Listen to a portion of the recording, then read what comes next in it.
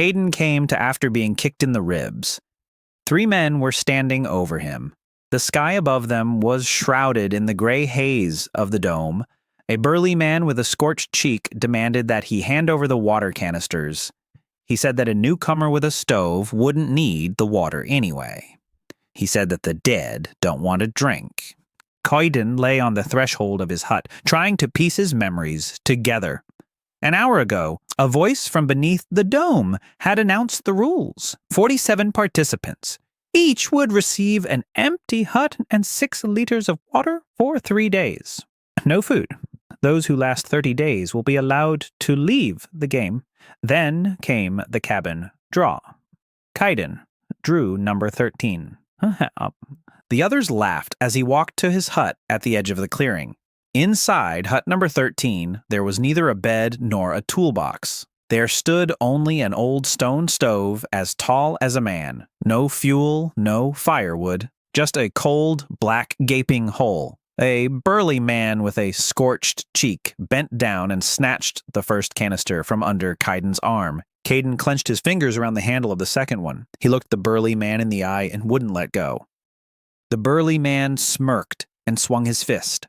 At that moment, a howl rang out from the woods. The sound was low and wet. It came from 3 directions at once. The 3 robbers exchanged glances and ran toward the center of the clearing where their hut stood. They took the first canister with them. Caden crawled inside and slid the bolt across the door. The bolt was the only valuable thing in this house. Apart from the useless stove, he sat down with his back to the warm stone and only then realized something was strange. The stone was warm. No one had stoked the stove. There was nothing to burn in it, but the side of the stove warmed his back like the side of a sleeping beast. The howling from outside was getting closer. Caden heard people screaming in the distant huts. He heard the crack of breaking planks. He heard someone pleading, and then the plea cut short. He grabbed his only weapon, a stool leg he'd picked up near the communal fire pit. The door to his hut shook from the impact. A gray hide flashed through the cracks between the boards. The creature was the size of a large dog. Instead of fur, it was covered in bony plates. Its snout ended not in a mouth, but in a round suction cup with a ring of teeth. A second creature slammed into the back wall. The planks there were thinner. A third blow knocked one plank inward. The toothed suction cup slipped through the hole. Caden didn't wait. He struck the bony protrusion above the suction cup with the stool leg. There was a crunch. The creature screeched and lunged forward with its whole body. It got its shoulders stuck in the hole. Caden struck again and again. On the 5th blow, the growth cracked. On the 7th, the creature went limp. A second one was already crawling through the breach in the wall. Caden grabbed the dead carcass by the plate on its nape and dragged it toward him to block the hole with the creature's body. The carcass was heavy. He couldn't hold it and fell backward. His back slammed into the furnace damper. The damper swung open. The carcass, carried by inertia, plunged headfirst into the black maw, and the furnace came to life. Inside, without any fire, an even orange glow spread. The maw sucked the carcass in whole, just as a throat swallows food. Caden crawled away and watched, unable to look away. The second creature outside suddenly stopped trying to break through the breach. It sniffed the scent coming from the furnace pipe and screeched as it dashed off into the forest. The furnace hummed steadily and contentedly. Glowing lines appeared on its front panel. The lines formed words. Caden read them 3 times before he believed it. The furnace had accepted the raw material. The raw material has been identified as a low-level scavenger. Processing has begun. Estimated yield: 4 meat loaves, 1 fuel briquette, 1 residue. The last line glowed below, and it made Caden's mouth go dry. The value of the product depends on the danger level of the raw material. The higher the creature's tier, the richer the yield. The flap clicked and opened on its own. 4 brown loaves lay on a stone tray. They gave off the scent of roasted meat with herbs. Next to them lay a black briquette as dense as a brick and a small, murky pebble. Caden understood that this was the processed madness of a monster. He also understood that in 3 days, life itself would become madness. He broke off a corner of the loaf and placed it on his tongue. The taste was simple and honest, bread and meat. His stomach responded with the pain of hunger, not poisoning. Caden ate half the loaf and listened to his body. Warmth spread through his body. The scrape on his ribs from the robber's boot stopped throbbing. He sat by the stove until dawn, with the leg of a stool resting on his knees. In the morning, he went outside and saw the aftermath of the first night. Of the 47 participants, 41 remained. 2 bodies lay right there in the clearing. People walked around looking gray and silent. At the communal spring, a burly man with a scorched cheek was lapping water from a confiscated canister and telling everyone what he'd seen. He said the creatures were drawn to heat and sound. He said that hut number 13 had stood silent as a grave all night long. He said the newcomer was surely already lying there with a hole in his stomach. Then he looked up and saw Caden, alive, with an even complexion, without sunken cheeks. The burly man choked on his water. A woman with short-cropped hair and a bandaged arm was sitting by the spring. Her name was Brenna. She was the only one looking at Caden, not with mockery but with calculation. She noticed what the others hadn't. A person who hadn't eaten in a day doesn't smell like roasted meat. Caden filled his last canister with water and headed back. He stopped right by the hut. The door was ajar. He was certain he'd locked it from the inside before leaving through the breach. Someone had been inside while he was at the spring. Caden pushed the door open with the leg of a stool. On the floor in front of the stove sat a skinny old man with a goatee holding his fuel briquette in his hands. The old man looked up. He said his name was Holt. He said that for 40 years before the dome, he had built stoves in the 3 kingdoms. He said there were no stoves like this one, and then he said words that sent a chill down Kaiden's spine. He said he'd already told people at the spring about the strange warm stove in the 13th hut, and that people were already on their way here. Caden woke up under the dome of the deadly game, where he'd been given a hut with a seemingly useless stove and had lost one of his 2 canisters of water to a burly man with a scorched cheek. That night, he killed a scavenger and accidentally discovered that the stove processes monsters into food, fuel, and residue, and that the value increases with the creature's danger level. Of the 47 participants, 41 remained. Stovemaker Holt sneaked into the hut. He blabbed about the stove at the spring, and people are already heading toward the house.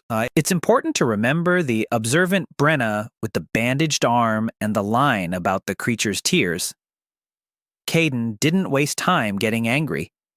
He asked the old man how many people were coming and who was leading them. Holt replied that there were 5 of them. They're led by a burly man with a scorched cheek named Das. Caden did the math in his head. 1 stool leg, 1 door, 1 hole in the back wall. No time to fortify the place. That means he can't fight. That means he has to sell. He took a briquette from the old man and placed the 3 remaining loaves on a tray. When Das and his 4 companions barged into the courtyard, Caden was already standing in the doorway, chewing in plain sight of everyone. Das demanded to know where the food was hidden. Caden replied that the food wasn't hidden. The food was being produced. He said that the oven made food from dead creatures and that anyone could buy it. The crowd began to murmur. Someone shouted that eating monsters was a sure way to die. Caden silently took another bite and swallowed. He stood before them, alive and well-fed, on the second day of the game, and that was more convincing than any words. Das stepped forward and said he wouldn't buy anything. He said he'd just take the oven. Caden nodded toward the oven and invited him to try. Das stepped inside. He braced his shoulder against the stone side and pushed. The oven didn't budge an inch. He called over 2 of his companions. The 3 of them turned red and growled. The oven stood like a rock, rooted in the ground. Then Das grabbed a loaf of bread from the tray and declared that he would take it as a tax. The oven responded with a low hum. The orange glow inside flickered and went out. A line appeared on the front. Owner identified. Product is transferred only at the owner's will. The loaf in Das's hand crumbled into gray dust right between his fingers. The courtyard fell very quiet. Caden picked up another loaf from the tray and held it out to a skinny boy from the crowd who had been staring at the world with hungry eyes for the third day in a row.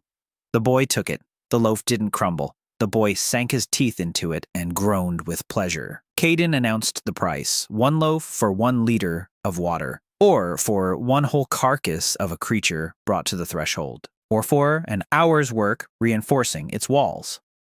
Das spat at his feet and walked away. But 4 remained. By evening, fresh planks, nailed in place by the hands of 2 debtors, already stood at the breach in the back wall.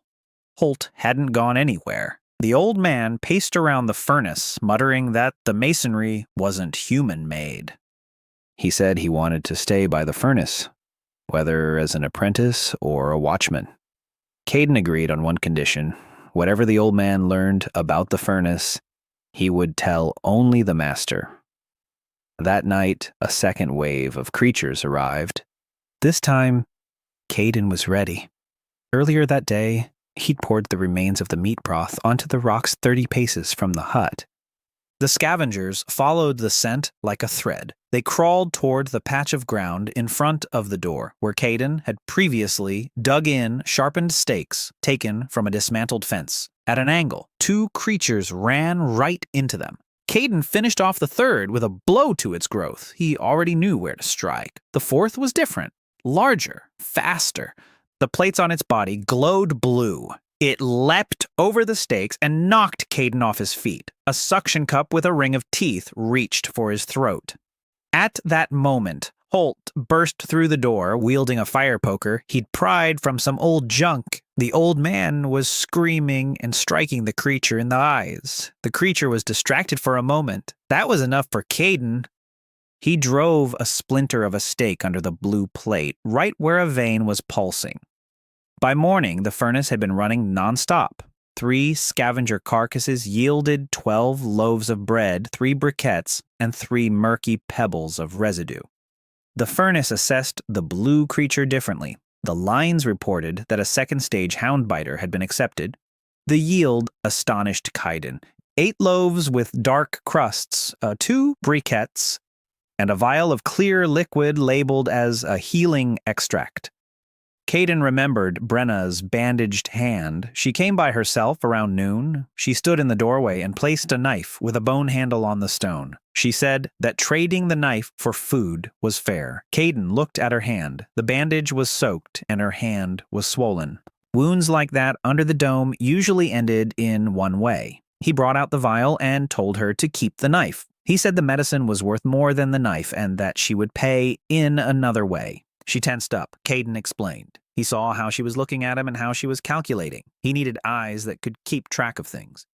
He needed someone who would know everything that was happening at the spring and in other people's huts. Brenna drank the tincture right in front of him. The swelling went down so quickly that Holt crossed himself by the stove. By evening on the third day, there was a line of 9 people. People were carrying water, planks, ropes, and rumors. The rumors turned out to be the most valuable of all. Brenna put the medicine to work that very first evening. She sat down on the threshold and quietly recounted what she had seen at the southern edge of the clearing. Das wouldn't accept it. He gathered 7 strong men around him. They took the water from the weak and called it a security fee. And she also told them something even more important. That night, she lay awake in pain, staring at the forest. Behind the trees on the hill stood a tall figure, twice as tall as a human. It didn't attack. He simply stood there, gazing at the clearing, and all the scavengers gave the hill a wide berth. Caden listened, twirling a murky pebble of residue between his fingers. The furnace produced residue with every processing cycle, but the lines remained silent about its purpose. He held the pebble up to the furnace's glow, and the lines finally came to life. The residue is a creature's memory. Gather enough memory of a single tier, and the furnace will unlock a new mode. 2 units are still needed to unlock the mode. Caden thwarted Das's attempt to take the furnace, because the furnace recognizes only its master and turns anything stolen into dust. After that, he began trading food for water carcasses, and labor. Holt became an apprentice, and Brenna received a healing potion and became Caden's eyes, bringing back 2 pieces of news. Das had gathered a gang of 8 men and was extorting people, and on the hill a giant stands at night, from whom even the beasts shy away. The furnace announced that the murky pebbles are the memories of creatures, and 2 units of sediment are missing before the new mode can be activated. Caden was 2 stones short, so he went to get them himself. On the morning of the 4th day, he took Brenna with her knife and 2 debtors with spears. Holt stayed behind to guard the furnace with a poker. The plan was simple. Don't wait until night when the creatures are strong and bold. Find the scavengers' daytime lair and take them while they're asleep. Brenna led the way by following the marks left by suction cups on the bark. The tracks led to a ravine littered with bones. 5 creatures were sleeping in the ravine. They took 4. The 5th fled with a stake in its side, and its shriek echoed through the forest for a long time. On the way back, Caden noticed something that made him stop the group.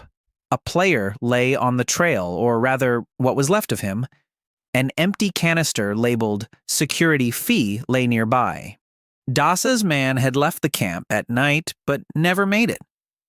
Brenna crouched over the body and said something cold. "The wounds aren't from scavengers. The cut is too clean. That's how a claw, as long as a forearm cuts."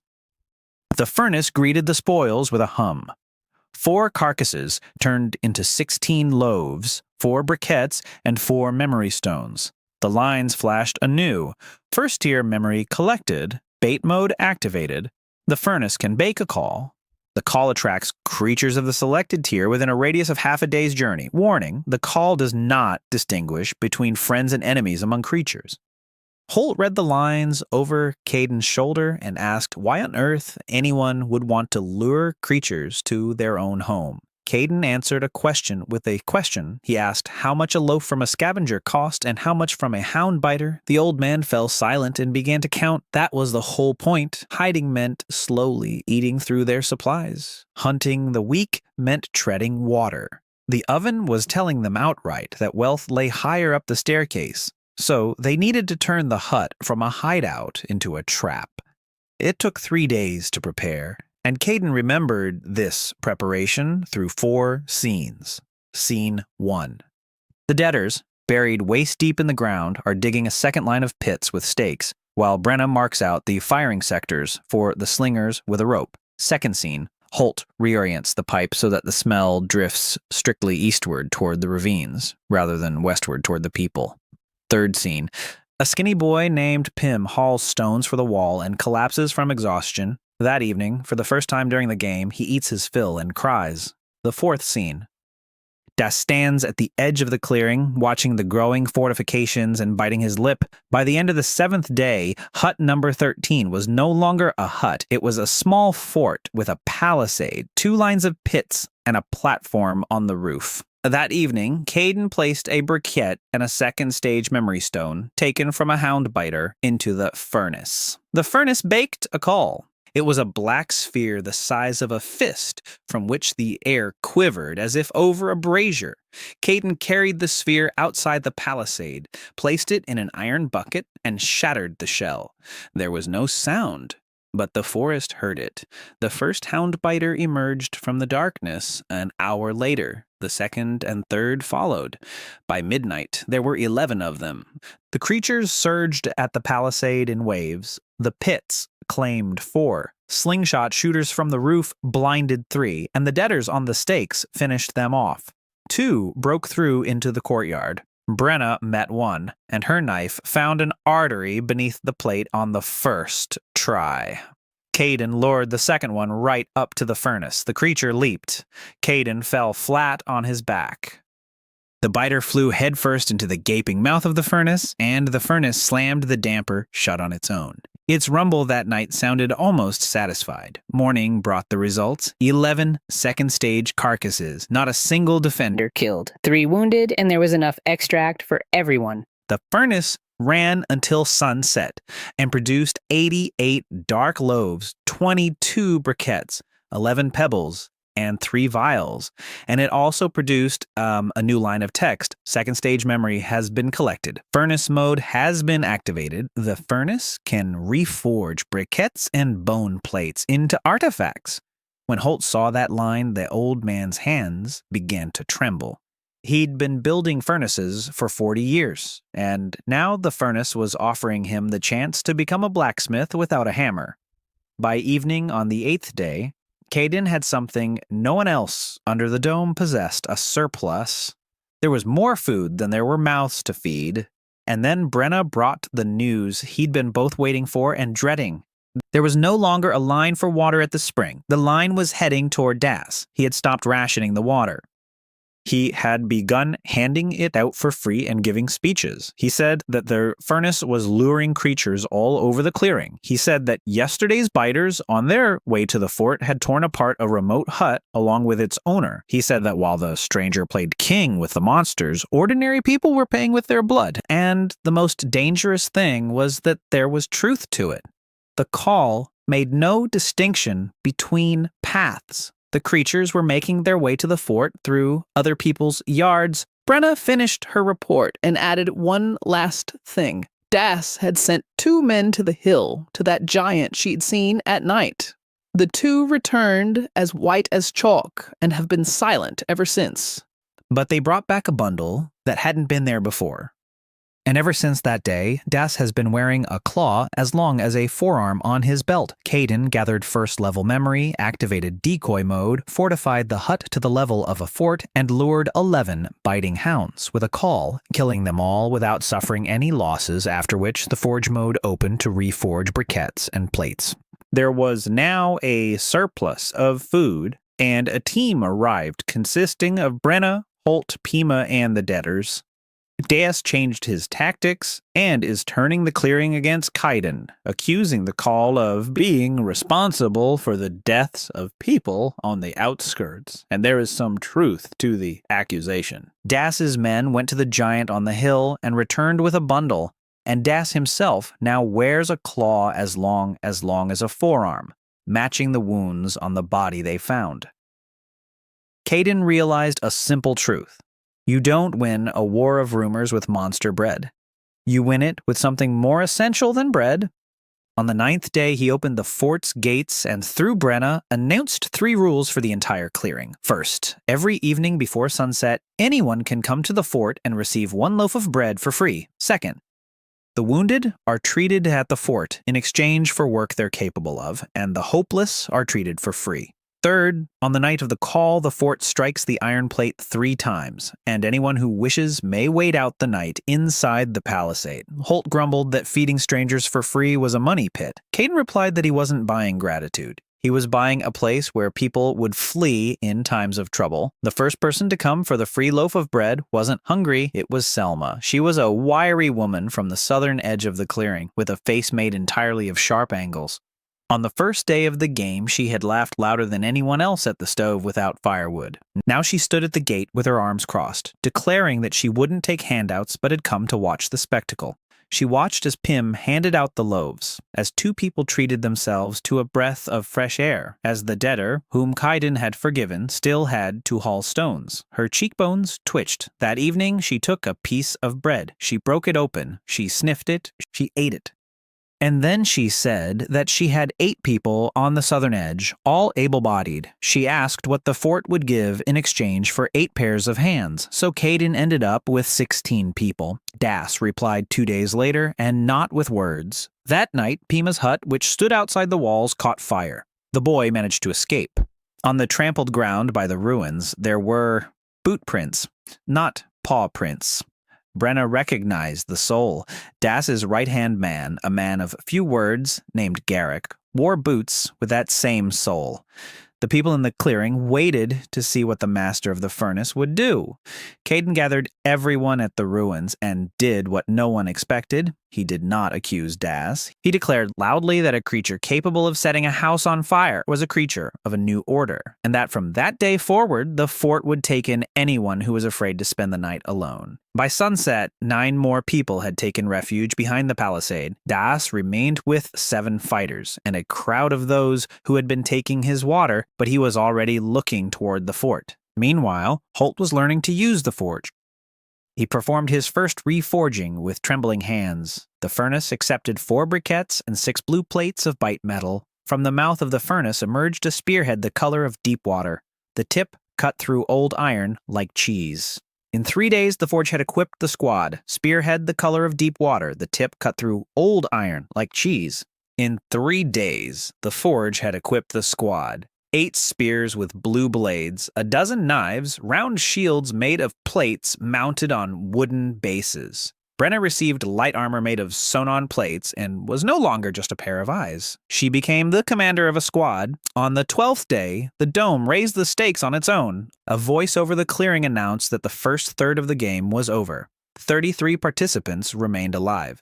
As a reward for their resilience, the dome was opening up the eastern lands. There, the creatures were of a higher tier, which meant the price of survival was higher as well. And then came the final announcement that silenced everyone. From now on, once every 5 days, a crimson night would fall beneath the dome.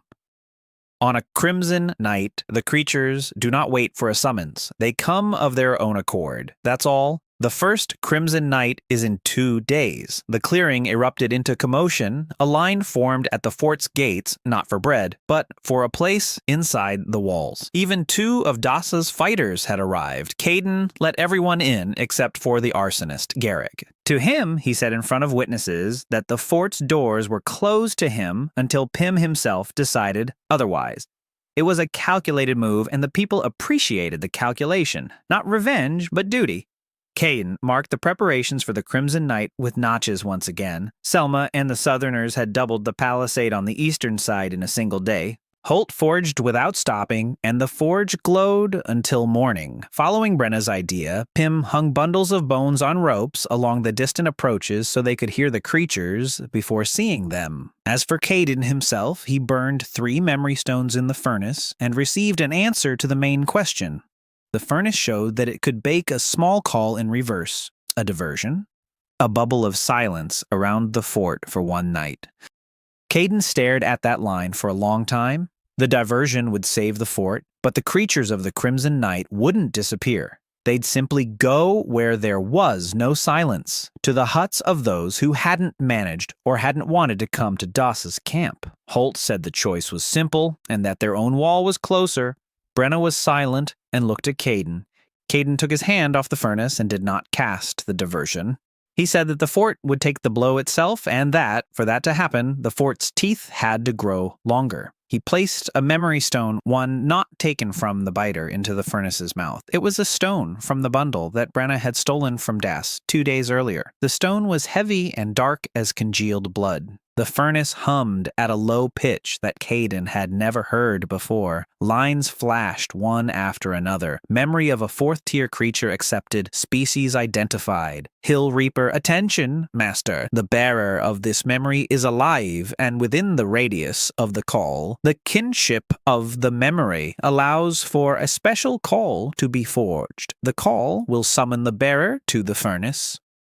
Caden stood before the furnace, his finger hovering over the confirmation line. Behind him, Brenna whispered that it was now clear whose claw was on Das's belt and whose wounds were on that body by the trail. Das had not received a gift from the giant. Das had struck a deal with him, and there was only 1 day left until the Scarlet Night. Caden outmaneuvered Das with generosity, offering free evening bread, medical care, and shelter, which is how he lured Selma and the Southerners, along with 9 others, to the fort, bringing the total to 25 souls, while Holt, through the horn, armed the squad with blue weapons and armor. The dome announced that the 33 survivors had opened the wastelands with creatures of the higher tiers and introduced the Crimson Night once every 5 days when all creatures attack of their own accord. Caden refused to use the diversion that would have redirected the Crimson Night to others' courtyards and instead burned the dark stone stolen from Das, having learned that it was the memory of a living reaper of the 4th tier with whom Das had made a deal. The furnace offers a special call capable of summoning the Reaper to the furnace, and there is 1 day left until the Crimson Night. Caden did not press confirm right away. He gathered Brennaholt and Selma by the furnace and laid everything out as it was. The Reaper will come either way. Either on the Crimson Night along with the wave, in which case he'll strike the defenders from behind at Das's command, or a day earlier in response to the special call, in which case the fort will face him alone on its own terms. Holt said that the 4th tier isn't made of bite-proof material and that the walls won't hold it back. Selma said her people had come for bread, not for death. Brenna said only one thing. She asked how much heat the furnace would generate from a 4th tier creature, and everyone fell silent because everyone had already seen the wounded, and there would be many after the Crimson Night. Caden pressed the confirmation button. The furnace baked the call, not in the form of a sphere. A thin, bony whistle emerged from the maw. The message stated that the call of kinship works only once, and that the bearer would hear it wherever they were. They prepared until sunset. The plan relied not on strength, but on the pit's and the furnace's greed. They decided to lead the Reaper through the corridor. The outer gates stood wide open. Beyond them was a passage between 2 rows of palisades studded with stakes along the walls. At the end of the passage lay a courtyard and the open maw of the furnace.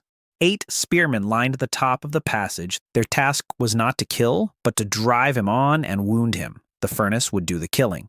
Caden blew the whistle an hour before dark. There was no sound. Just as the first time, the forest heard it on its own. The Reaper did not come stealthily. The earth counted his steps like a drum. He stepped out onto the clearing in the light of the low sun, and for the first time, Caden made out what had been standing on the hill at night, 3 times a man's height, a body as dry as an old tree, arms reaching to the ground, each with a single claw as long as a forearm. The second claw on the left arm was missing. The stump was covered with a dark scab. That was how Das had paid for the deal, and that was where the pebble in the bundle came from. Someone had chopped off the Reaper's claw earlier. The Reaper had already been wounded long before the dome. The creature stopped at the open gate and tilted its head. It was smart. It saw the trap. But the whistle drew it toward the furnace like a hook through its ribs. And then, from the direction of Das's camp, a blow rang out on the iron. Das realized his trump card was being taken away. His 8-man squad ran toward the fort with torches, and he bellowed that the stranger had made a pact with the creatures, and that the furnace had to be burned down before it devoured everyone. He'd planned to strike from behind while the fort was occupied by the Reaper. He hadn't counted on one thing. The Reaper turned at the shout. In his memory, which the furnace had already tasted, Das was not an ally. He was pain. The Reaper forgot about the whistle and charged the torches. After that, everything became a blur. Caden yelled at the spearmen to regroup at the gates. Das's men saw the Reaper face to face, and their courage vanished at the very first swipe of its claw. It swept away 2 of them. The rest surged toward the only cover in the clearing, the fort, toward the gates that Caden had kept open as a trap. Selma screamed that they mustn't let strangers in and that they'd bring the beast inside. Caden ordered them to let everyone through. Dasa's men rushed into the passage between the palisades. The Reaper followed them into the passage, and the trap didn't work exactly as planned, but it worked. The stakes along the walls tore at its dry hide. Spears struck from above, piercing its shoulders and spine. The Reaper roared and lunged forward down the corridor because its own massive body wouldn't let it turn back. At the end of the corridor, it burst out into the courtyard. Only Caden stood before him. Behind Caden, the furnace hummed with its mouth wide open and orange light poured into the courtyard like molten gold. The Reaper swung his single claw. Caden looked at his chest, not at the claw. There, beneath the scab of an old wound, a vein pulsed. Brenna struck from the shadows to the side. Her blue knife sank into the old wound up to the hilt. The Reaper doubled over. Caden fell and rolled back. 8 spears struck simultaneously from above, and the carcass, carried by inertia, crashed headfirst into the furnace's maw. The furnace drew it in over the course of 3 long breaths. Then the flap closed, and the rumble settled into a steady, full-bodied note. The silence in the courtyard was broken only by the crackle of a torch thrown to the ground. Das stood by the wall among his surviving fighters. He was alive because they had let him in. Everyone was looking at him. He opened his mouth. Caden didn't let him speak. He asked the courtyard loudly who had brought the Reaper to the clearing of the people today, and the courtyard answered him with a dozen voices. Das's own fighters had seen the bundle, had seen the claw on his belt, and had remained silent as long as it served their interests. Now that advantage was over, Garrick was the first to say that he had gone to the hill on orders. Das lunged toward the gate. Selma thrust the spear shaft at him, and he sprawled in the mud at the feet of those whom he had given water to yesterday. In exchange for their loyalty, Caden didn't kill him. He said there were already enough manhunters under the dome. Das was led out beyond the palisade unarmed, without water, and without boots, and told that even he was not entitled to a free piece of bread, even him. That was worse than a knife. The furnace worked all night. By morning, it had produced the harvest for the Hill Reaper, and Holt read the lines aloud in a trembling voice. 140 loaves dark as night, 30 briquettes, 12 vials of extract, 1 vial of golden liquid labeled as a renewal extract, 1 claw reforged into a blade, which the oven called the Reaper's Sting, and 1 4th-level memory stone, heavy and warm. And beneath the tally, a new line glowed, and Caden read it in complete silence. A matching pair of 4th-level memory stones has been gathered. The oven knows the mechanism of the dome. The master can bake a question. 1 question, 1 truthful answer about the true purpose of the game. Caden surveyed the courtyard. 31 living people were under the dome, and 29 of them ate his bread. There was 1 day left until the Scarlet Night. 18 days until the end of the game. He placed his palm on the warm stone and thought that for the first time since the game began, he was afraid, not of beasts or people. He was afraid of the answer. Caden summoned the Hill Reaper with a special call a day before the Crimson Night, but the attack was thwarted by Das, whose gang tried to burn down the furnace and instead drew the enraged Reaper's wrath upon themselves. Afterward, Caden let the enemies into the fort, and the trap corridor with the furnace finished off the creature with Brenna's decisive blow to its wound. Das was exposed by his own men, banished without his boots, but allowed to live on a meager ration, while the fort received a huge supply of food, medicine, an extraction kit, and the Reaper's blade and stinger. The furnace, having gathered a couple of 4th-level stones, offered to bake a single question with a truthful answer about the true purpose of the game. Under the dome, there are 31 living people until the Scarlet Night one day, and Caden fears the answer he might receive. And Caden did not bake the question. He announced it in the morning before the entire courtyard to cut off his own path back. He said that a question is a weapon that fires only once, and that you must fire when you see the target. Right now, the target is the Crimson Night, not the secrets of the dome. Holt exhaled with relief. The old man feared answers more than he feared monsters. The fort lived through the days leading up to the Crimson Night as if in one long breath.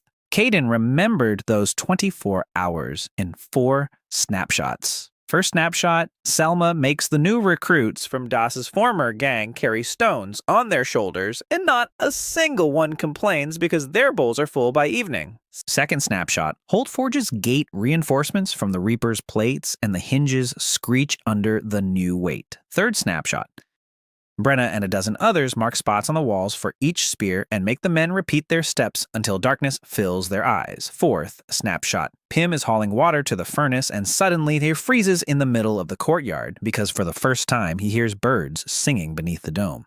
There had never been birds beneath the dome. By sunset, the entire clearing had gathered at the fort. 31 people were inside the walls. Even Das came barefoot and stood at the gate. Caden nodded, and they let him in. In the crimson night, debts are not counted. The sky above the dome took on the color of raw meat, and the forest came. At first, Pima's bone and string instruments rang out on the distant approaches. Then the instruments fell silent because they were swept away by a wave of bodies. The scavengers advanced like a carpet. The hounds and biters ran across their backs as if across a bridge. The pits filled up within the first few minutes. The palisade stakes held firm. The spearmen struck from above rhythmically like threshers. Caden stood on the platform, watching not the battle but the rhythm. He replaced the weary ones before they fell. He sent reinforcements where the cries came from. The furnace hummed behind him, and in its hum lay anticipation. The turning point came after midnight. 3 new ones emerged from the forest, third-tier beasts they'd never seen before, as tall as a bull. Instead of plates, they were covered in hide, as smooth as wet stone, and spears slid right off. One creature, taking a running start, smashed through the palisade at the southern corner. The biters surged into the breach. Selma and the southerners formed a wall of shields in the breach. Caden grabbed the Reaper's blade and ran toward it. The claw-like blade sank into the stony hide as if into clay. The first creature lay across the breach, acting as a barrier. The second was lured toward the gate of the trapping corridor, and the furnace swallowed it with a rumble that made the earth tremble. The third creature proved smarter. It didn't try to scale the walls. It paced in circles in the darkness and pounded the palisade in various spots, testing its strength. Brenna was the first to realize. She said the creature was searching and that it wasn't looking for meat. The creature stopped in front of the furnace pipe. It drew in a breath and screamed. The forest answered its scream. The wave, which had already begun to die down, turned around and surged anew. Caden stood on the wall and understood. The creatures of the Scarlet Night weren't just coming to feast. Someone had led them to the stove. The lead creature crouched to leap. It leaped. It flew over the palisade. It crashed into the courtyard among the wounded. And then Das, who had stood unarmed at the gate all night, picked up a spear that had been dropped on the ground. He didn't become a hero. He just happened to be the closest. And it was the first thing he'd ever done in his life that wasn't paid for. He thrust the creature's spear into its throat, and its claw slashed him from shoulder to waist. Caden finished off the herder with a sting. The wave outside the walls faltered and receded by dawn.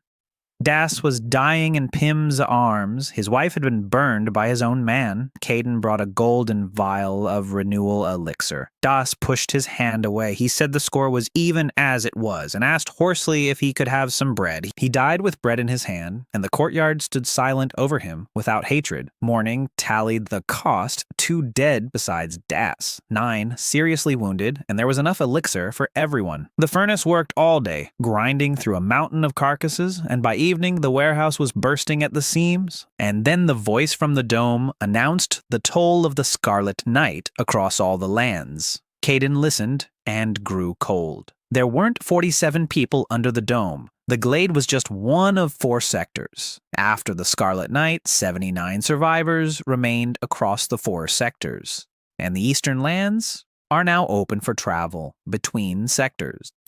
Brenna stood beside him on the wall. She said that if there were 4 sectors, there might be more than one furnace. Caden looked east. There, beyond the forest, a column of smoke rose into the gray sky, steady, from a furnace.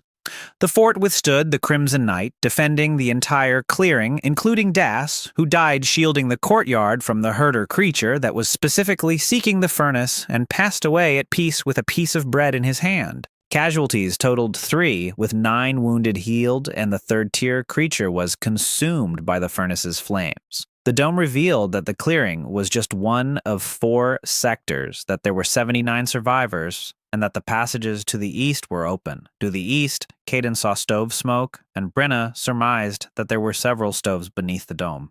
Kaiden convened a council by the cooling stove that very evening. There was only one question: to head east or to put down roots in their own land. Holt said that one shouldn't look for trouble when things are going well and that the walls had only just been rebuilt. Selma said that 79 survivors meant 79 mouths to feed and that sooner or later all roads would lead to whoever had food. Brenna remained silent and then spoke the most important point. Whoever is stoking the second furnace already knows about their smoke, just as they know about his. The question isn't whether to go. The question is who will arrive first. Kaiden settled on a middle ground. The fort stays and holds the clearing. A small detachment heads east. Reconnaissance, not war.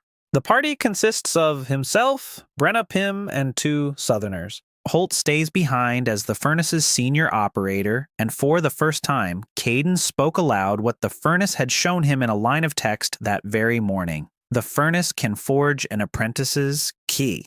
The key will allow one person other than the owner to load raw materials and retrieve the finished product. Holt accepted the bone key on a cord just as one accepts a title. The journey east took a day. The dome at the border between the sectors thinned to a milky film and let them pass through it with the sensation of stepping through a spiderweb. The eastern lands greeted them with a silence of an unusual kind. Here, the bone ligaments did not ring out because there were no small scavengers here. Here, there were only tracks, wide, deep, sparse. The land of high-order creatures looks empty because everything small has long since been eaten. They reach the oven smoke at sunset and lay down on the crest of a hill.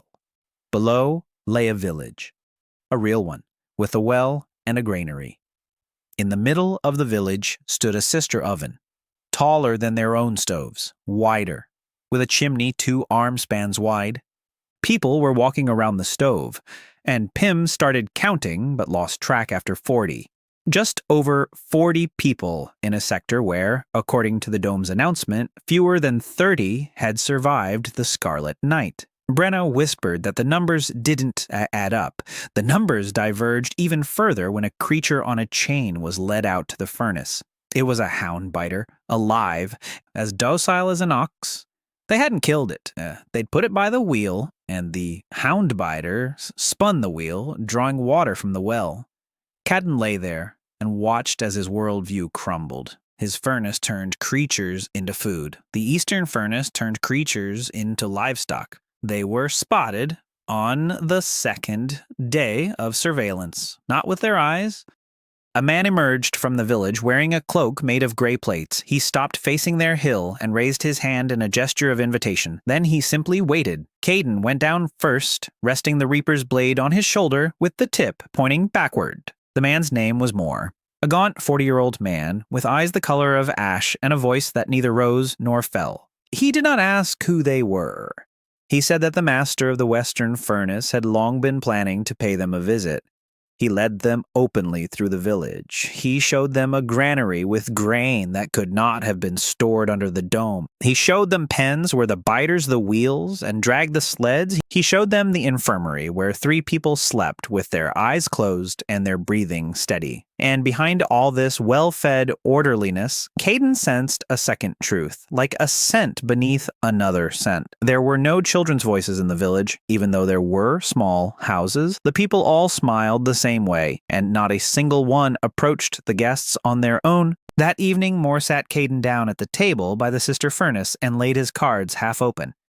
He said there were 4 furnaces under the dome, 1 per sector. His furnace is called the Yoke Furnace. It doesn't transform creatures into objects. It transforms their will. You feed a creature's memory to the furnace, and the creature becomes submissive. Kaiden asked about the numbers, about the 40 people where 30 had survived. For the first time, Moore paused. Then he said that the yoke furnace doesn't work only on creatures. Under the dome, there are people broken by fear, unruly, dangerous to the community. The furnace strips them of their fear and anger. They are allowed to live, just more quietly.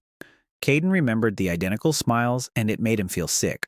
Moore looked at him with eyes the color of ash and proposed an alliance. The West provides food and weapons. The East provides laborers and peace. Together, the two sectors cover 4 out of 4 needs. He spoke sensibly. Every word was in its place, like a stone in a wall. Caden asked what the Yarm furnace would ask for in return for the alliance. Moore replied without a pause. The Yarma furnace grows from memory. The mind provides the most memory. The West would give the East its unruly ones, its surplus, its dasses, in exchange for peace and draft animals. Caden rose from the table. He said he would think it over until morning. That night, in the house set aside for him, Brenna woke him by touching his shoulder. A man from the village was standing at the door, an older man with a fixed smile on his face. The smile remained, but tears streamed from his eyes. He didn't speak, but pushed out words one by one, as if each had to be torn away. He said 2 words. "Take your daughter." And he walked off into the darkness with the same steady stride. Caden left Holt in charge of the furnace with the apprentice's key and with a small detachment headed east, where he found a village surrounding the sister furnace, ruled by the steady man named Moore. The Yarm furnace processes memory into submission, turning creatures into work animals and undesirable people into quiet, smiling workers, which explains the mismatched numbers of survivors. Moore proposed an alliance of sectors in which the West would pay with its unruly and surplus people in exchange for peace and draft animals. That night, one of the quiet ones, compelled by coercion, forced out a plea to take his daughter away. Caden didn't sleep until dawn. In the morning, he sat down across from Moore and said yes. Brenna flinched as if struck, but remained silent. Caden spoke evenly. The alliance is accepted. The trade is accepted. The West will take the first shipment of draft biters immediately, and the first person for the yoke furnace will be brought 10 days after the next Scarlet Night when it becomes clear who has broken. Moore nodded. The level-headed people harnessed 2 docile biters to a grain cart. As a farewell, Caden asked to be shown how the Yarm furnace accepts memories so that the West would understand the merchandise. Moore led him to the sister furnace. And it was here that Caden saw the very thing he'd been lying about all morning. The yoke furnace had no damper. Its mouth was always open. And inside, on the bone shelves, rows of dark pebbles lay in rows. Hundreds of memory pebbles. The yoke furnace didn't consume memory. It stored it. And among the dark stones on the top shelf lay 9 light ones. Moore followed his gaze, and for the first time, answered an unasked question. He said that light memories remain from people. The squad walked back in silence. Pym led the bete and watched their backs with a mixture of pity and horror. Behind the dome's membrane at the border of the Brenna sectors, Brenna grabbed Caden by the elbow and demanded an explanation. Caden laid it all out. The 9 light stones represented 9 people whom the Yarm furnace had already devoured. Broken by fear. That's a fairy tale for guests. Moore is expanding the furnace, and he needs minds just as his furnaces need carcasses. War with the East is inevitable, but to fight now means pitting people against 40 obedient workers who are neither afraid nor weary. So we need time. An alliance is that time. And now they have something else that Moore didn't notice. Caden opened his hand. A light-colored pebble lay in his palm. He'd swept it from the shelf into his sleeve as he leaned toward the maw. The fort welcomed them back in one piece, and that was the first piece of good news in a week. Holt, with the apprentice's key, didn't just keep the furnace running. The old man had discovered something new. Instead of feeding the furnace whole carcasses, he fed it the dismembered parts separately, and discovered that the furnace rewarded understanding. A creature torn apart at the joints yielded a third more output than a whole one. Selma finished building the southern wall with stone. The free evening bread no longer drew a line at the gate, but a small square, and bartering naturally sprang up in the square. Some traded ropes for metal plates. Others traded a bottle of extract for a wash. The fort was growing into a settlement, and Caden watched it from the wall with a strange. He had set out to build a trap for monsters, but had built a city instead. That evening, he remained alone by the furnace and placed a light-colored pebble into its mouth. The furnace hummed low and almost reluctantly. The lines appeared slowly. Human memory accepted. Name and life, Yala, age, 17. Attention master. The hearth does not process human memories into a product. Only one action available. Read. Caden pressed confirm. It didn't feel like reading. It was like falling through the ice into someone else's life. He saw the village in the early days of the game through the girl's eyes. He saw how Moore was the first to approach the eastern furnace and how the furnace spoke to him. He saw that the yoke furnace offered Moore the same options as the hearth furnace had offered Caden. Food, medicine, protection. Moore refused them all. From the very beginning, he asked only about power. He saw how Yala's father argued with Moore over the first person sacrificed to the furnace, how they came for her that night, horror, the gaping chasm, darkness, and the last thing her memory held, not a thought, but a scream. Under the dome, you cannot defeat the furnace. You can only feed the furnace to its fill, or leave it hungry. Caden emerged from someone else's memory on his knees before the damper. He was shaking, but through the trembling, the cold part of his mind was already at work, sorting through the spoils. First, Moore is not the master of the furnace's yoke, but its provider, and those are two different things. Second, the furnaces under the dome are all hungry in their own way, and the game is built around their hunger. Third, Yala had a brother. A memory flashed of a boy of about 12 whom his father had managed to hide. There are no children's voices in the village. That means either the boy is dead or has been hiding in the eastern lands alone among the creatures of the highest ranks for the second week now. In the morning, Kaiden convened a council and announced 3 decisions. The fort is beginning to build up strength for a war that cannot be declared. Holt will receive all the raw materials the forge can handle and will work until the Crimson Night, not to forge weapons but armor for everyone. And the third decision, which made Selma curse but caused Brenna to nod. Before the Crimson Night falls, a small detachment will head east once more, quietly, past the village, to search for the boy. Selma asked why they should risk their lives for a single child who might not even be alive. Caden replied that it wasn't about mercy. He said the boy was the only living witness to how the Yarma furnace began, and that the one who managed to escape it was hiding somewhere. Such a skill is worth the journey. But deep down, he knew there was a second reason. Yala's scream gnawed at him like a splinter. He placed his hand on the warm stone of his hearth and for the first time asked himself what fed it to its fill.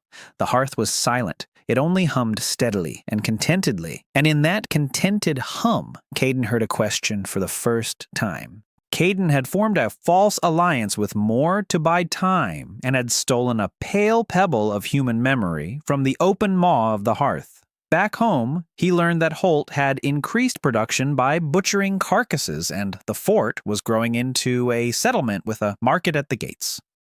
After reading the memories of the girl Yala, Caden saw that Moore had chosen, from the very beginning, only power for his furnace, that the furnaces under the dome were all hungry in their own way, and that a furnace cannot be defeated. It can only be fed or left to starve. Yala had a hidden brother, about 12 years old, surviving somewhere in the eastern lands.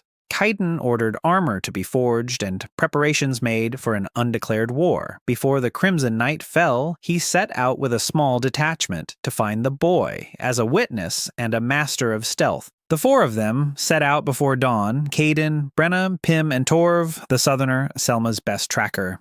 The eastern lands greeted them with the same eerie silence, but now Caden interpreted it differently. Emptiness is not the absence of life.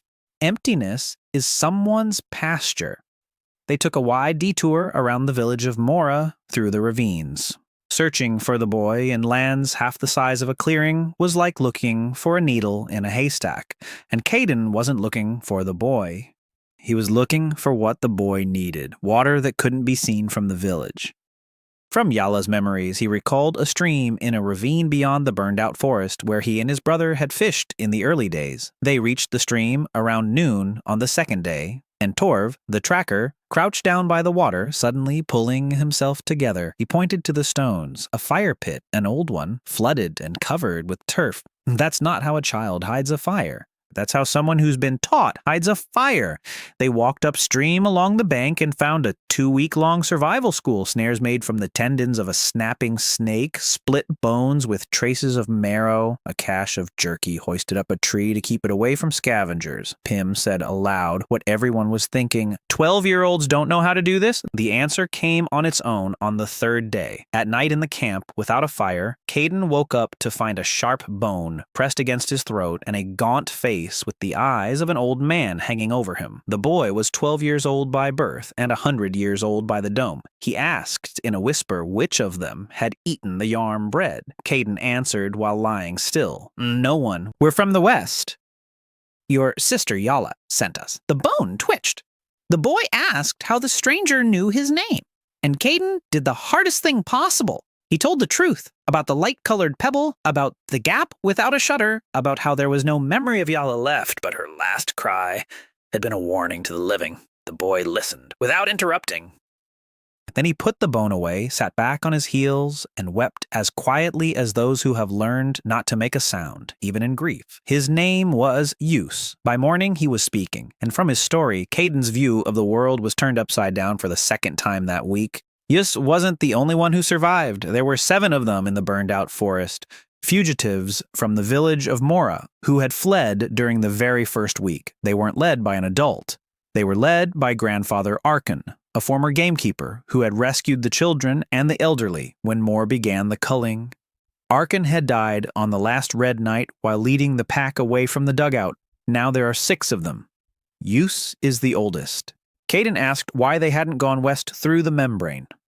Yus looked at him as if he were an ignoramus and said something that made the knuckles on Brenna's spear turn white. The membrane doesn't let everyone through. The membrane only lets through those who ate from the hearth. The dome marks people through food. Those who eat from the hearth's oven pass through the western membrane. Those who ate the yarm bread pass through the eastern one. And those who haven't eaten from either oven are locked in their sector like in a cage. Arkan tested this at the cost of a burn across half his hand. Kaiden remained silent and packed his things. That's why Mor wasn't afraid of their departure. That's why the dome announced open passageways. The dome wasn't opening the roads. The dome was sorting livestock by feeding troughs. They found the fugitives dug out by evening, 6 of them. Yes, 2 younger boys, a girl of about 8, and 2 old men. Gray faces, their feet rested in bark stools. They looked at the newcomers without hope and without fear, because both emotions had run dry. Caden laid out the bread from his sack on a rock, and all 6 recoiled as if from a snake. Eating from the oven meant marking yourself. Marking yourself meant that the film of your own sector would let you through, but not that of another. They had starved for 2 weeks, right next to the food, to remain invisible to the dome. And then Caden realized what he truly possessed. He untied the second sack. Inside lay dried bite beast meat, prepared by Selma the old-fashioned way over a campfire and with salt evaporated from the sediment. This was no food from the gape. Food made by hand from the creature's raw materials. The oven provided more than just a product. The oven provided raw materials for human labor. The old men ate slowly, their cheeks glistening with saliva. The return journey turned out to be the hardest trek of the expedition. 6 of them were weakened. They took a wide detour around the village, and on the second day, a trail was found leading from them. Mor didn't catch on to the fugitives right away, but he caught on eventually. Torv spotted 3 Rovni with biting dogs on leashes on the ridge, half a day's march away. The Rovni were in no hurry. They walked as one who knows their prey will run into a wall. They were driving them toward the barrier, toward the border that would not let the unmarked through. Caden looked at the milky wall of the dome ahead, at the 6 people who would run into it, and a decision came to him, cruel and simple as a blow. The dome marks through food, so they must be fed, but not with bread from the maw, which would turn them into furnace fodder. He took out a vial of golden renewal elixir, saved from the Reaper, a product of the highest order hearth furnace, 1 drop per person under the tongue. Yas asked what it was. Caden answered honestly. It's both the key to the door and a leash around the neck. The choice is yours. The 6 exchanged glances. The first to speak was an 8-year-old girl. Caden's squad had found not just one boy in the eastern lands, but 6 fugitives from the village of Mora, whom the late hunter Arkin had been protecting until the last Crimson Night, and who were now being led by 12-year-old Yus, Yala's brother. The dome's main mechanism opened. The membrane between the sectors allows only those marked by the food from its oven to pass. Those who have not eaten from any oven are locked in their sector, which is why the fugitives were starving, having refused the oven-baked bread. Caden realized the value of non-oven food made from animal ingredients and led the group toward the border, but Mora's level-headed people, accompanied by bite beasts, were driving them back toward the membrane, where the unmarked would be trapped. Caden offered the fugitives a drop of golden extract as a mark of the hearth's oven and a choice between the freedom to pass and a leash. The girl asked if she would dream of the oven. Caden crouched down in front of her and replied that he didn't know. Under the dome, he spoke those words aloud for the first time. Yus decided for everyone. He said that a leash you choose for yourself isn't really a leash anymore. 6 drops for 6 tongues. They passed through the veil at dawn.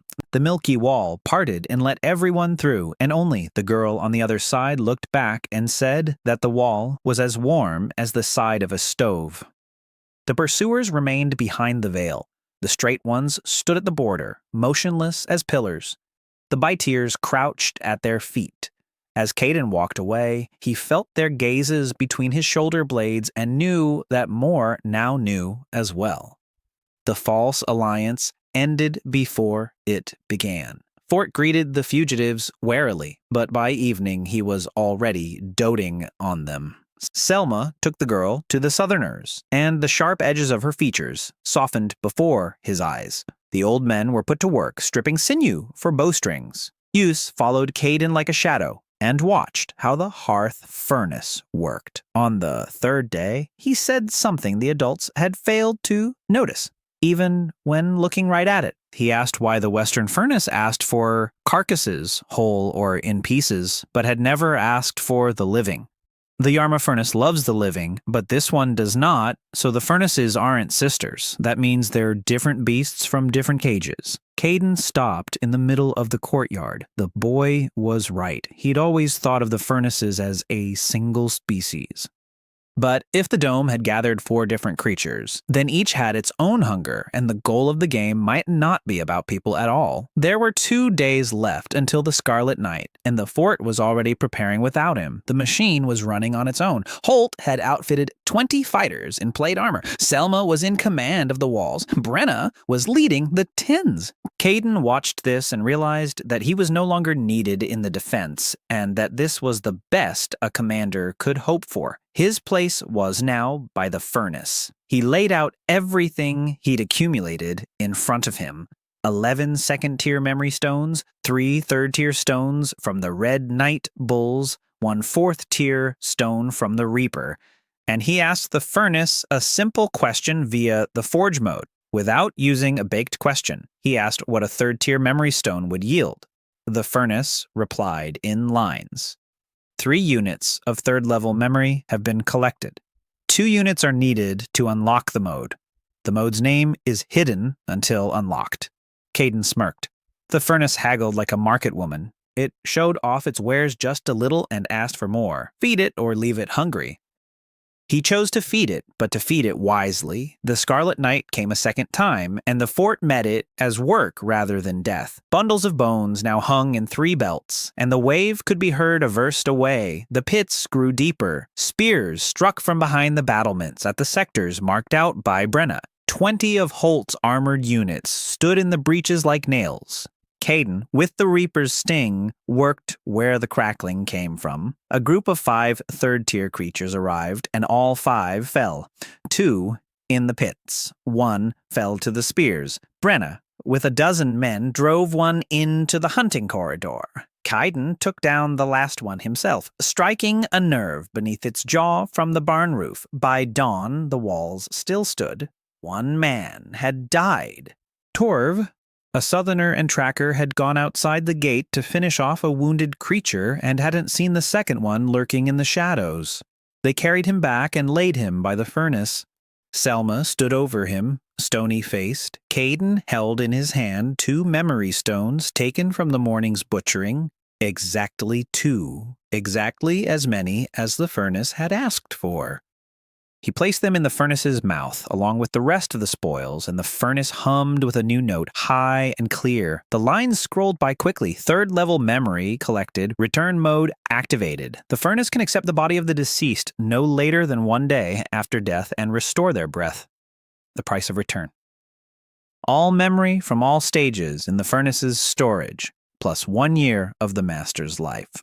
Revival does not work for those whose memory has been read or processed. The courtyard was silent. Selma looked up at Caden, and there was no plea in her eyes. She said that Torv had made his own choice when he walked out the gate, and that it would be foolish to waste such a resource on a single archer. She spoke the right words of a commander, but her hands were twisting the hem of her shirt. Caden looked at the body, at the furnace, at the line about the year of life, and he asked the furnace how much memory was currently in the storage. The furnace replied, 15 units. The restoration requires it all. He pressed confirm before he had time to get scared. Zev accepted Torv as gently as water accepts a swimmer. The furnace hummed until noon, and the crowd in the courtyard didn't disperse. At noon, the hatch opened, and Torv sat down on the pallet, coughing and cursing in the southern dialect, because the last thing he remembered was a shadow to his left. Selma slapped him on the back and turned away so no one would see his face. And Caden stood by the furnace, listening to himself. A year of his life had slipped away without pain and without a trace. It was just that somewhere inside, it had grown a winter's worth quieter. In the evening, the price for the miracle came, and it did not come from within. A stranger emerged onto the square by the gate for the bread distribution, not from the east. His cloak was bleached by a sun, unlike any found beneath the gray dome, and on his chest hung a symbol that Caden had never seen at any of the ovens, a spiral made of bone. The man took a loaf, bowed, and spoke in a voice loud enough for the entire square to hear. He said that the southern furnace greets its brother master, that the south had heard how the west had brought back the dead today, and that the mistress of the south asks whether the west knows the true cost of this regime.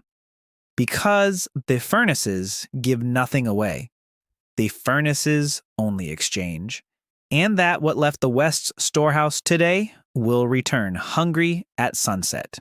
6 fugitives accepted the mark. A drop of golden extract passed through the barrier and settled in the fort, while Yus noted that the furnaces are different beings with different hungers, and that the hearth furnace alone has no interest in the living. The fort weathered the second crimson night as if it were merely the work of only the tracker Torv, after which Kaiden fed the furnace until it reached return mode and resurrected Torv by paying with all 15 memory stones from the vault and a year of his own life. Return does not work for those who have been read and processed. In other words, Yalu cannot be brought back.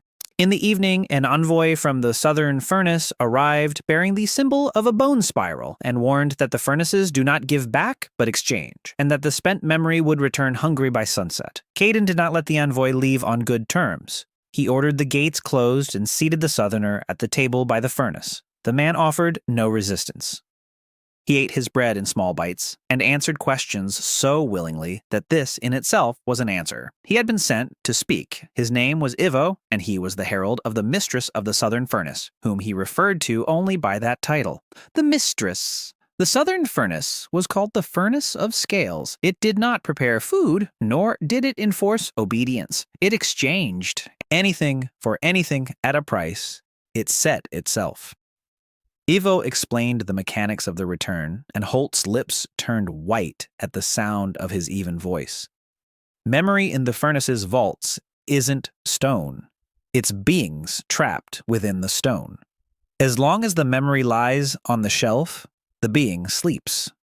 When a furnace burns memory as fuel, the being is consumed completely, but the return process doesn't burn them, it pays them. 15 units of memory left the hearth furnace not into the fire, but back into the world. By sunset, 15 beings will rise anew from the lands beneath the dome, 11 biters, 3 bulls, and the Hills Reaper, and they will rise hungry and angry because they remember death. Caden asked why the South warns the West for free. Evo smiled and said that nothing under the dome is free, not even warnings. The mistress offers a deal. The South will take the Reaper alive when he rises. In exchange, the South will give the West 1 item of its choice from its stockpiles. And Ivo laid 3 items on the table, just as a merchant arranges his wares on a tray. A bone compass that always points to the nearest furnace, a vial of black extract that removes any furnace's mark from a person for 1 hour, and a piece of leather rolled into a tube containing a map of all 4 sectors, where the northern sector was circled twice in charcoal. Kaiden asked why the north was circled. For the first time during the conversation, Evo stopped smiling. He said that the northern furnace had been silent since the start of the game. No smoke, no marked ones, no master. The mistress would pay a high price to find out why. There was no time to think it over. There were 4 hours left until sunset. And somewhere in the western lands, the earth was already cracking over 15 graves that no one had dug. Caden took the black extractor.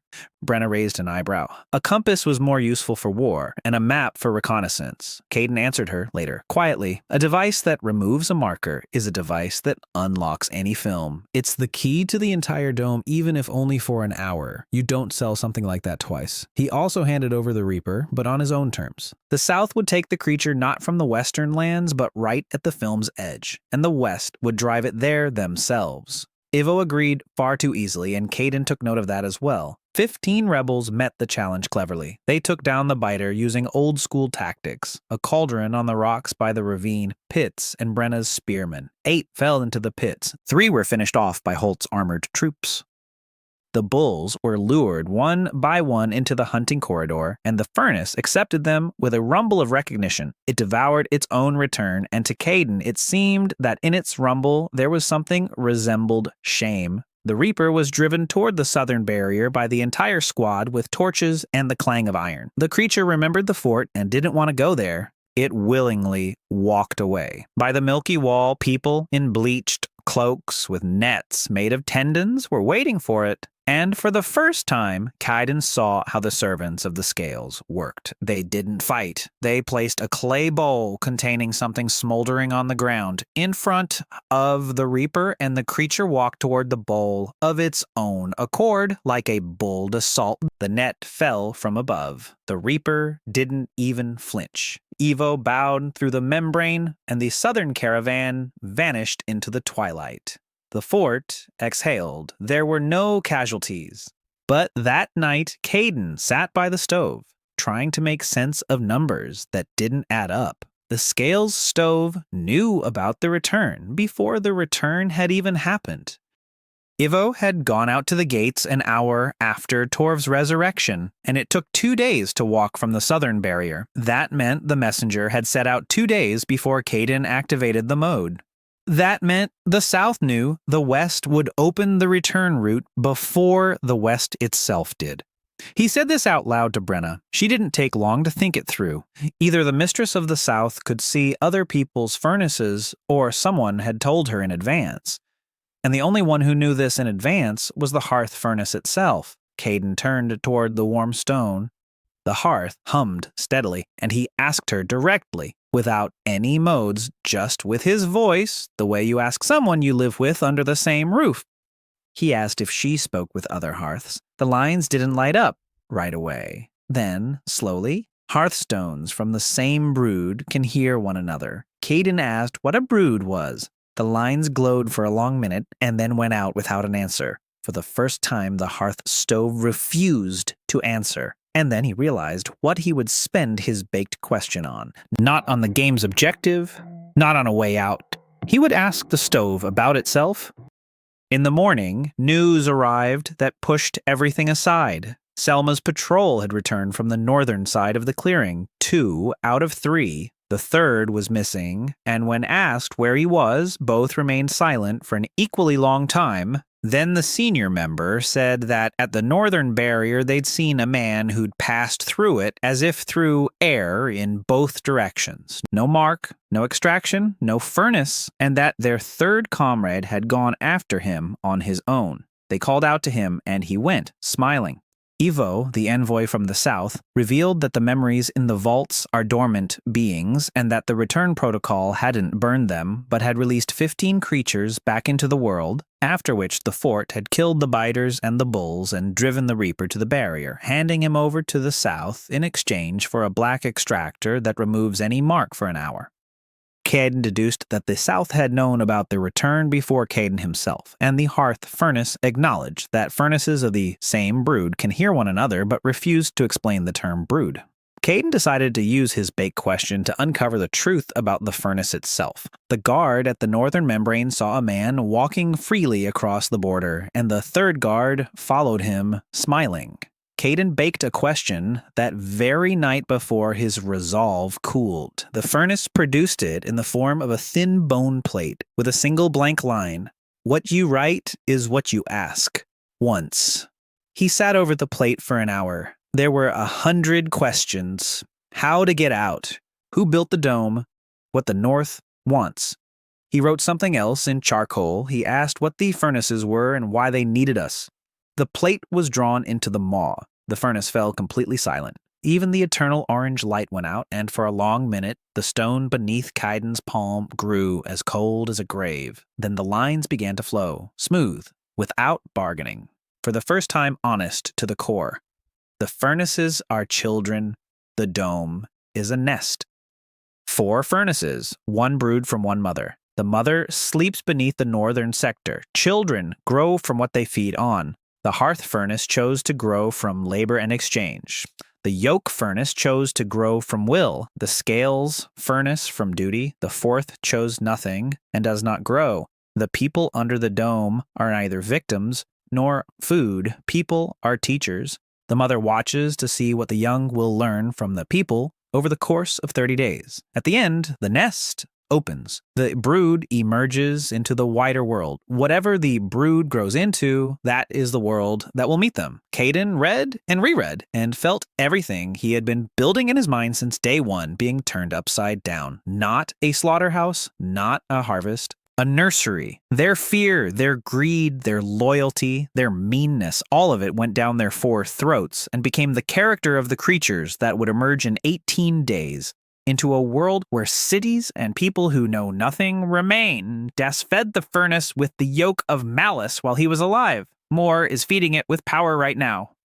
And for a month, he himself had been teaching the hearth that power lies in walls, trade, and the fact that you don't abandon your own. He called Bren, Holt, and Use over and read the lines aloud to them. Holt was silent for a long time, and then he said something strange. He said that for 40 years he had been building, and that every stove takes on the character of its builder. A clumsy builder builds a smoky one. An angry builder builds a voracious one. So it turns out they're all stove builders here. Brenna asked the most important question. What will happen to the people when the nest opens? Caden showed her the end of the lines. There was a single sentence there. The teachers emerged together with the brood. Yes said quietly that now it was clear why the North was silent. The mother isn't silent. The mother is sleeping. And the man by the northern membrane who walks across borders and lures people away with a smile, that means someone closer to the mother than all the furnace masters. The decision came together on its own from the 4 minds. 18 days until the end of the game. During this time, 3 things must be done. Lead as many people as possible away from the yoke's furnace before Moore feeds it another dozen vole. Understand what is happening in the North, and feed one's own furnace so that a creature emerges from the nest with which the world can coexist. The war with Moore began without a declaration and without an assault. Caden fought with what he knew how to use. Food in the door. The black scale extractor gave an hour without a mark. Holt analyzed the drop in the furnace using the forge mode, and the hearth furnace managed to replicate the composition from the sediment and the bull's bile. Not 1 vial, 11 vials. At night, silent caravans began to pass through the eastern barrier. Brenna and Yus led those who had not yet lost themselves out of the lands of the yoke. The first time, they led out 3, the second time 5, among them Yus's father and Yala, the quiet one, with that same fixed smile. He didn't recognize his son. He walked where they led him because they told him to go. Yus held him by the sleeve the whole way and said nothing. At the fort, they settled his father by the stove, and Caden asked her if she could restore his stolen will. The stove answered honestly. Will has been reprocessed by the yoke's furnace. Restoration is impossible. Something new is possible. An empty space can be filled anew if a person lives among labor and their own people. Slowly, no promises. Yus listened and said that slowly wasn't the same as never, and he led his father to the elders to have his veins pinched. On the 6th night of the caravans, Moore replied, he did not send fighters. 20 villagers carrying the village children in their arms came out to the western barrier and stood facing the fort, a living wall. Moore conveyed a single phrase through them. Every subsequent person taken away would cost the life of one standing at the barrier. The furnace of the yoke would take them one by one, starting with the youngest. Kaiden stood on the wall and looked across the field at the motionless row. Moore had found his weak spot without fail. If they don't abandon their own, then they won't abandon other people's children either. The caravans came to a halt. And then, Caden made a move he hadn't expected of himself. He stepped out toward the barrier, alone, unarmed, with the apprentice's key around his neck. He stood opposite the even row and spoke loudly, knowing that Moore could hear him through the ears of each of them. He said he was offering a deal according to the rules of the South. Moore would release anyone who wanted to leave, and in return he would receive the one thing his furnace could never obtain on its own. The master of the West would come to the Yarm furnace of his own free will and let it read his memory, and not to devour it, to read the memory of a foreign furnace's master. The most satisfying dish imaginable. The row of the even ones stood motionless. Then 20 heads turned eastward at once, like weather vanes, and 20 mouths spoke with one voice that the mistress of the Yarm agreed. Tomorrow, halfway there, Brenna caught up with him at the gate and shouted for the first time during the game. She shouted that the Yarma furnace would drink him dry and leave him walking around with a glued-on smile. Caden replied quietly. The Yarma furnace would read his memory, all of it, including that night at the maw, including Yala's scream, including the knowledge about his mother, and the fact that the brood would soon emerge into the world and stand before her. He had no intention of feeding the Yarma furnace. He intended to plant a thought in her mind that would choke her. The baked-in question revealed the mechanics of the game. The 4 furnaces are the brood of children sleeping beneath the northern sector of the mother. The humans are the teachers shaping the creature's characters, and in 18 days, the nest will open, and the brood, along with their teachers, will emerge into the wider world. Caden began a quiet war with Moore, extracting humans through copies of the Black Exhaust Shaft, and brought out Yusa's father with a reworked will, one that cannot but can be slowly rebuilt. Moore set up a living wall of children near the film, threatening to feed them to the beasts for every person taken away. And Kaiden proposed a deal, freedom for all who wished it in exchange for voluntarily allowing the Yarma furnace to read his memory, not to feed it, but to instill in it knowledge of the mother that would transform her. A stretcher with bone shelves was carried out to the middle of the field, between the captives. The Yarm furnace could not come on its own, but Moore brought a part of it. 3 shelves of dormant memory and a small, open, gaping hole like a mouth jutting out from the mouth. Caden walked toward the stretcher, counting his steps so as not to count his fears. Behind him, on the fort's wall, stood all his own people. Ahead stood everyone, standing at attention. Moore waited by the stretcher, and for the first time, his voice wavered. He said he didn't understand why the Lord of the West was doing this, and that this lack of understanding bothered him. Caden replied that understanding would come on its own in a minute, and he placed his palm on the edge of the small chasm. Reading the memory wasn't like falling through the ice. It was the opposite. Threads were being pulled from it, and the furnace of the yoke tasted each one. It passed through his childhood without pausing. It passed through the first day under the dome. At night, with the pale pebble, it froze. Caden felt an immense alien attention rereading Yala's cry 3 times. Then, the furnace reached the lines about his mother and the nest, and the world flickered. The threads released him so abruptly that he fell to his knees in the grass. The little boy on the stretcher hummed discordantly like an out-of-tune string. The figures surrounding the field swayed all at once. 20 plastered-on smiles faded at once, and for the first time, the field was filled with simply weary people with tear-filled eyes. The Yarmer received what Caden had been carrying. For a month, she had nourished herself with power, thinking that power was adulthood itself. Now she knew that in 2 weeks, she would leave the nest to join her mother, and her mother would see what had grown. And she also knew, from Caden's memory, what a creature that feeds on another's will looks like from the outside. She saw herself through the eyes of Yala's scream. Moore stood over the stretcher and shook it the way one shakes a broken thing. He was yelling at the furnace. He was yelling for the first time. He demanded that control over the even ones be returned. The little yawn was silent, and then a single line was pushed out of it, and Caden read it upside down. The Yarm Furnace releases what it holds. The Yarm Furnace will sleep until the exit. This was not a victory for good. It was shame. For the first time, the creature felt ashamed and did the only thing a ashamed child knows how to do. It turned its back to the wall. 40 even ones across all the eastern lands returned to their true selves in an instant, and the east exploded. The people who had lived quietly for a month remembered everything they had done while quiet and everything that had been done to them. By evening, the village of Mora was burning, and Mora himself was fleeing toward the southern barrier because the yoke's mark no longer held the border, and any barrier had become a gateway for the former even ones. Caden did not pursue him. He opened the fort's gates and welcomed the east for 3 days. 62 people arrived. The fort creaked but held.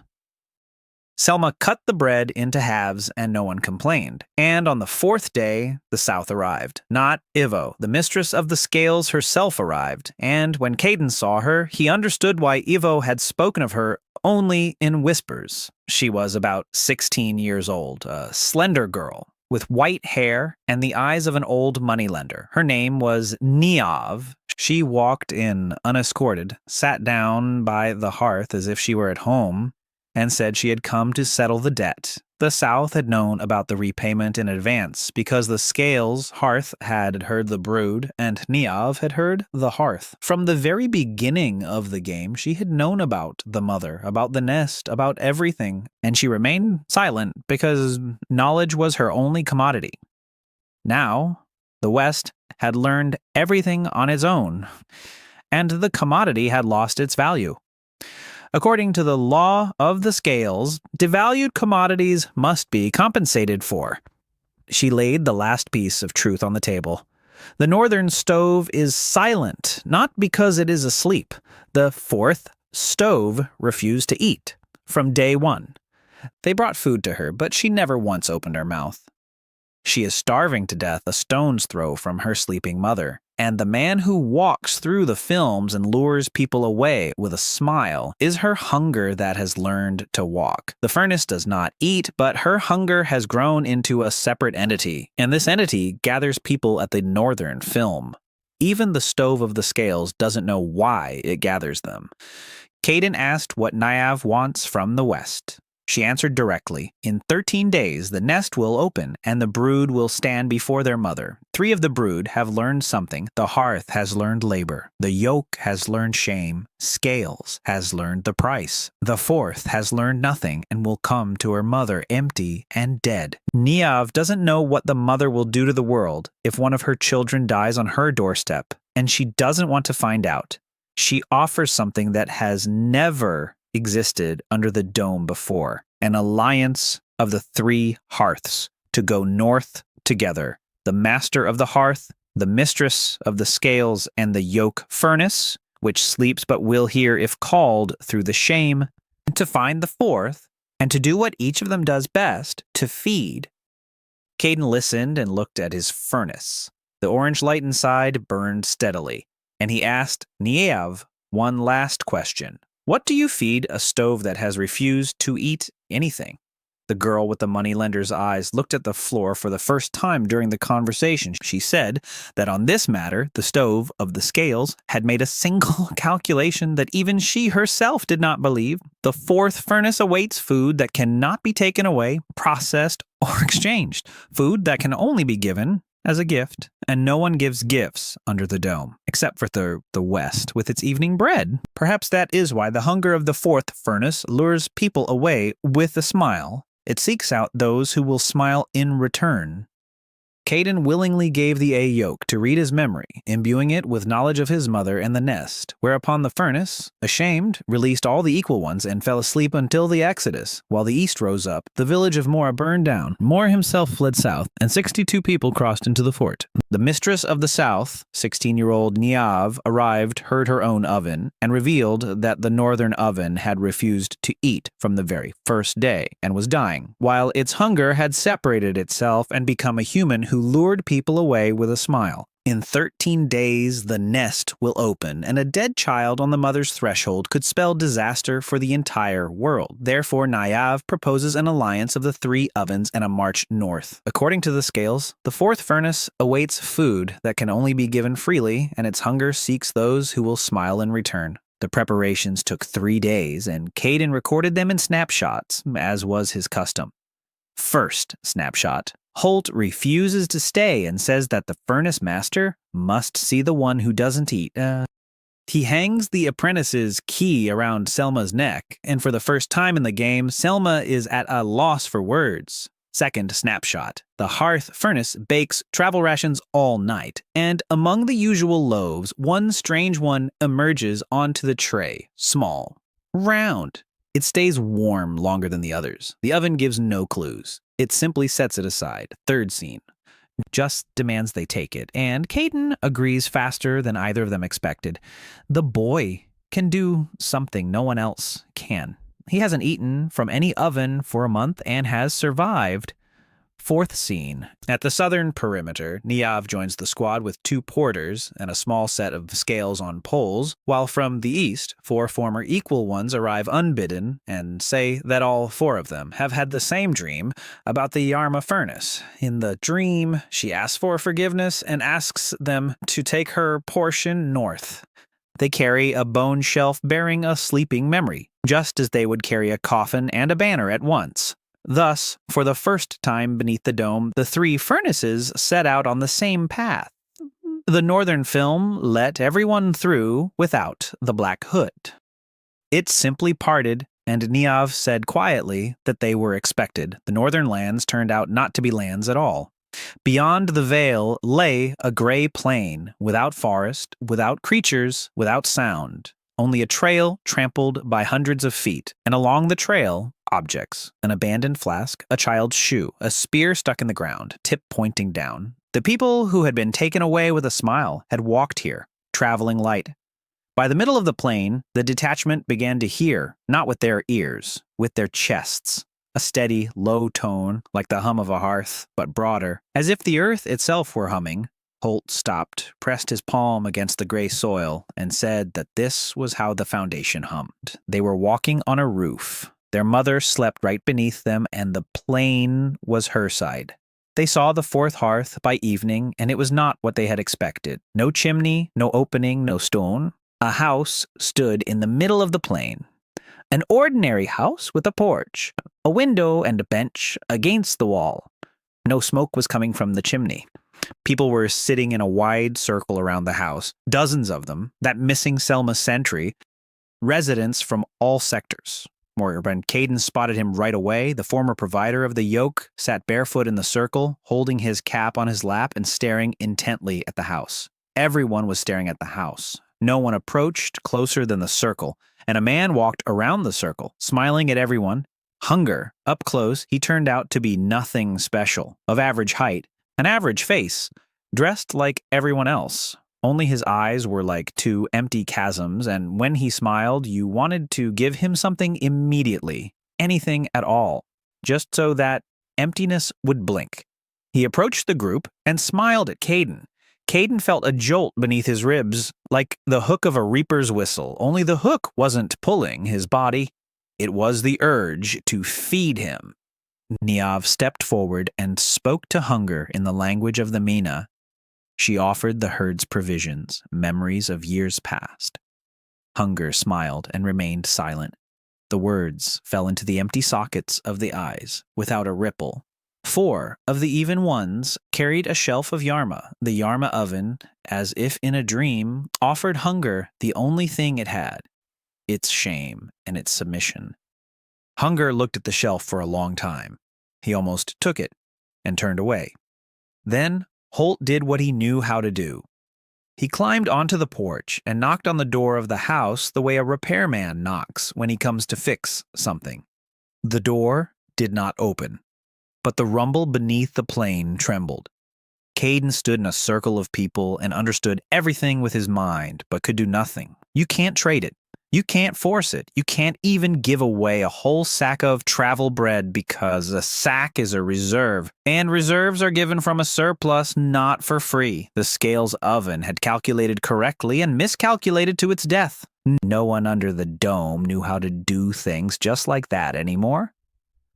The month-long game had taught everyone the price, and everyone had learned the lesson all too well.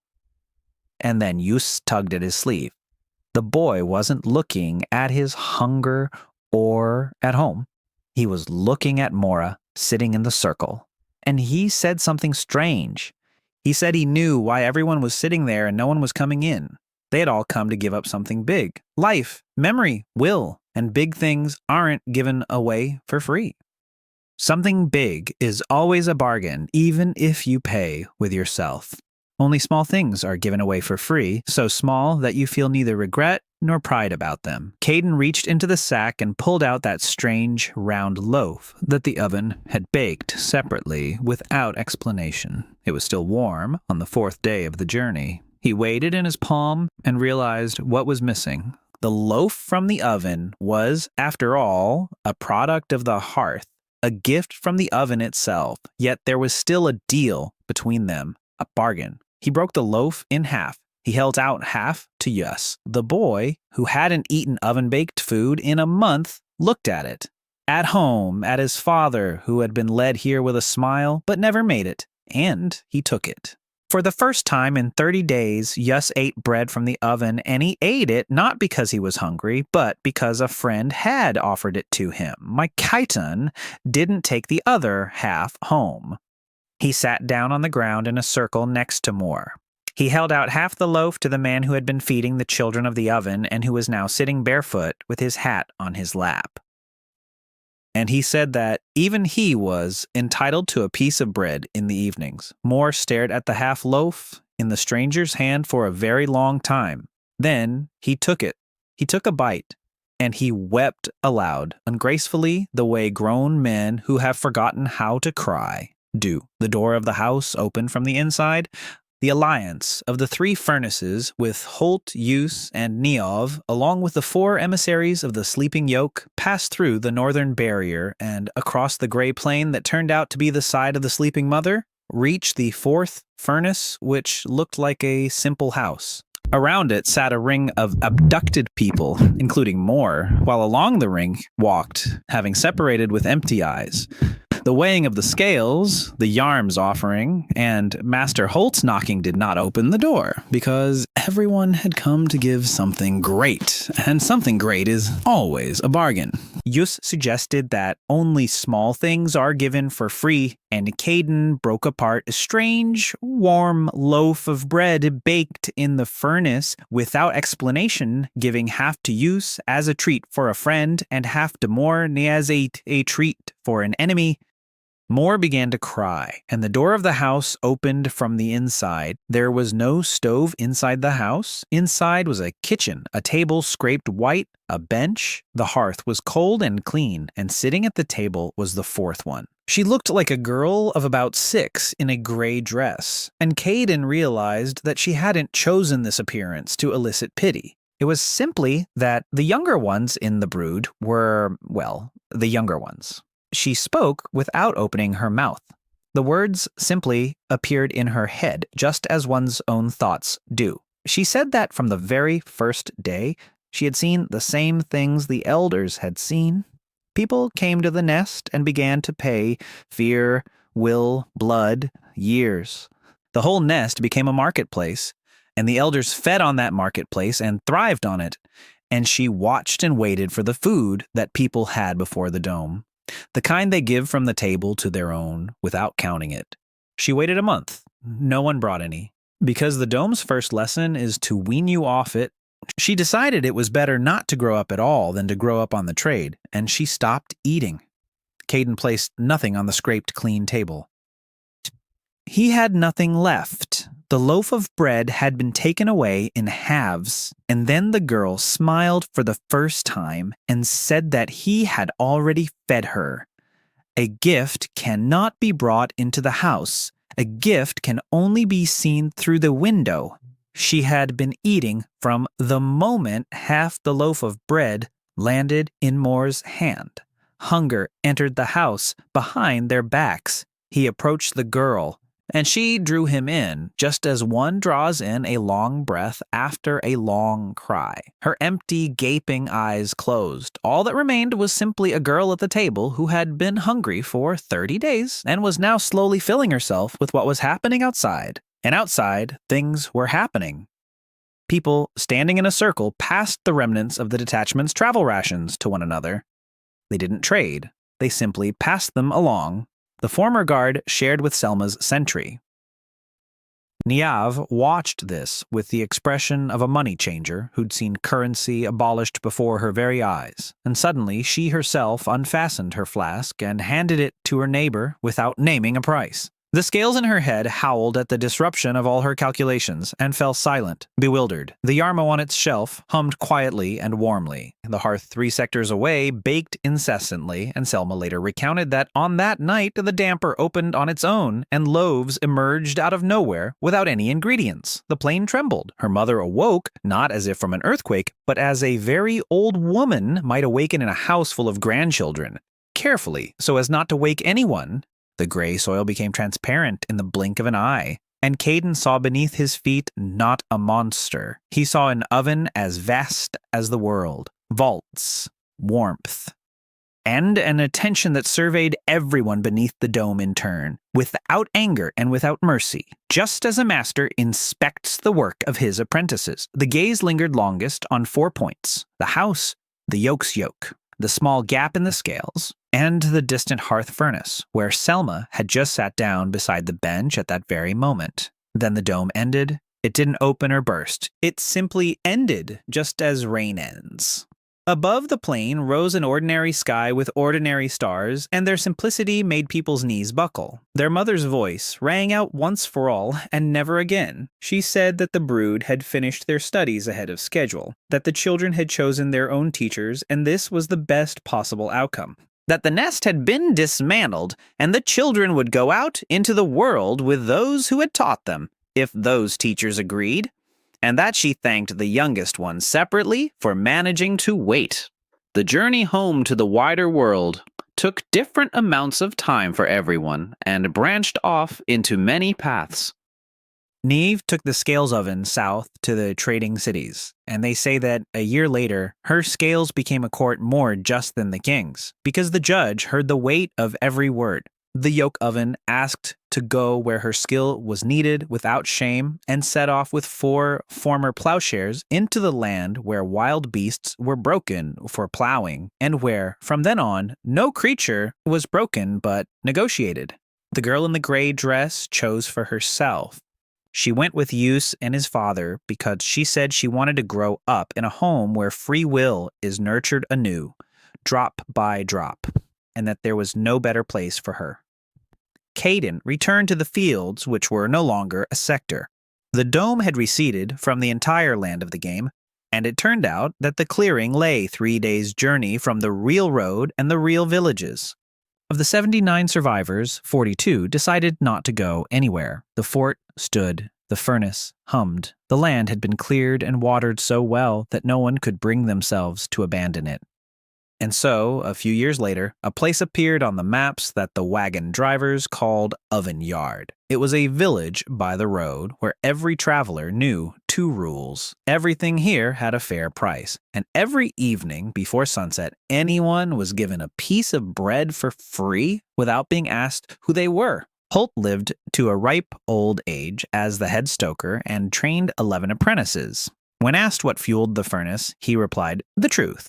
Brenna spent a year traveling with caravans, then returned. When asked why, she replied that she knew how to count, and this was the only place where the numbers added up. Selma never gave up the apprentice's key, and no one dared to ask for it. Moore stayed as well. He asked for the dirtiest work and got it. For years he cleaned pits, tanned hides, and said nothing. Then he became the one who greeted newcomers at the gate with their hungry eyes because no one could spot at a glance better than he could a person willing to pay any price. He would lead such people to the furnace and feed them before they had a chance to name a price.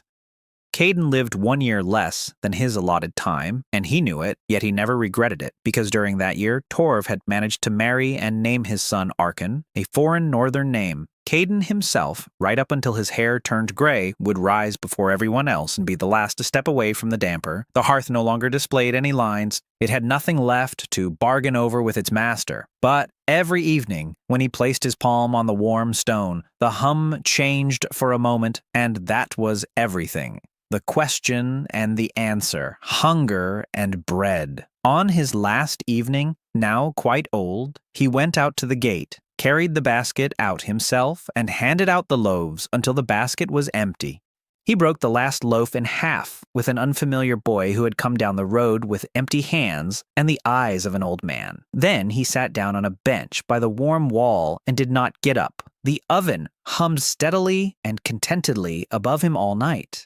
And in the morning, on the cold baking tray, they found a single, small, round loaf of bread that stayed warm longer than the others. And no one in the oven yard asked for whom it was meant. Everyone knew. It had been baked for free. The 4th oven turned out to be a child waiting for food given for free. It ate its fill after seeing through the window how Caden shared bread with a friend and an enemy, after which hunger returned to it. The people in the circle began to share without asking for payment, and the awakened mother acknowledged that her brood had finished their lessons. She removed the dome and sent the children out into the world with the teachers they had chosen. The scales left with Niav to take up the yoke of a judge's office and honest labor alongside their former peers, while the youngest oven went to the Yusi family, where they are nurturing their will anew. In place of the fort, the village of Pechnoi Devor grew up with 2 rules: fair prices and free evening bread, where Holt, Brenna, Selma, and Moore, who was atoning for his guilt, remained. Caden lived his life without ever giving up a single year, without regretting it, and died an old man by a warm wall after handing out his last basket, and the oven baked him a single loaf of bread for free as he passed. The preparations took 3 days, and Caden remembered them in snapshots, as was his habit first seen. Holt refuses to stay and says that the stove builder must see the one who doesn't eat. He says that for 40 years he has built stoves, and every stove was clear to him from the very first brick, but this one is not, and he refuses to die without understanding it. He hangs the apprentice's key around Selma's neck, and for the first time in the game, Selma is at a loss for words. She holds the bone key with both hands as one would hold a baby bird and stares at the old man for a long time. Then she says that if he doesn't return, she'll go north herself and shake his bones out of any stove. Holt laughs for the first time in many days. Second cut. The hearth oven bakes provisions all night long, and the courtyard listens to its hum through their sleep. In the morning, neat rows of bread, briquettes, and vials lie on the tray, and among the ordinary loaves there is one strange one, small, Round, warmer than the others. Caden picks it up and asks the oven what it is. The lines don't light up. The oven simply sets the bread aside from the others, sliding it across the tray onto his palm. Caden wraps it in a clean rag and tucks it into the very bottom of his bag, not understanding why. Third cut. Yus demands that he take it, and Caden agrees faster than either of them expected. The boy can do something no one else under the dome can. He hasn't eaten from any oven for a month and has survived. He saw the Yarm oven from inside her village and survived in the lands of the higher tiers with 5 mouths on his hands. Brenna objects, saying the North is no place for children. Yus replies that there haven't been any children under the dome for a month. The argument ends on its own. Fourth cut. Near the southern border, Niav joins the detachment with 2 porters and a small set of scales on poles. She arrives without guards or supplies, and when Brenna asks where her people are, she replies that people are expendable, and expendables are only taken on for a worthy cause. She hasn't seen a single worthy cause under the dome yet. And from the east, without being summoned, 4 former equal ones arrive. 2 men, a sturdy woman with scorched hands, and a lame old man. They say that all 4 of them have been having the same dream about the furnace and the yoke for the 3rd night in a row. In the dream, she sits in the darkness with her back to them and asks for forgiveness without turning around, and she asks them to take her share north, but because her younger sister's afraid to go alone. They carry a bone shelf with a sleeping memory on their shoulders, just as one would carry a coffin and a banner at the same time, and no one dares to offer them help. So, for the first time under the dome, the 3 furnaces set out on the same path. They walked in silence. Niav counted her steps. Holt touched every stone along the trail.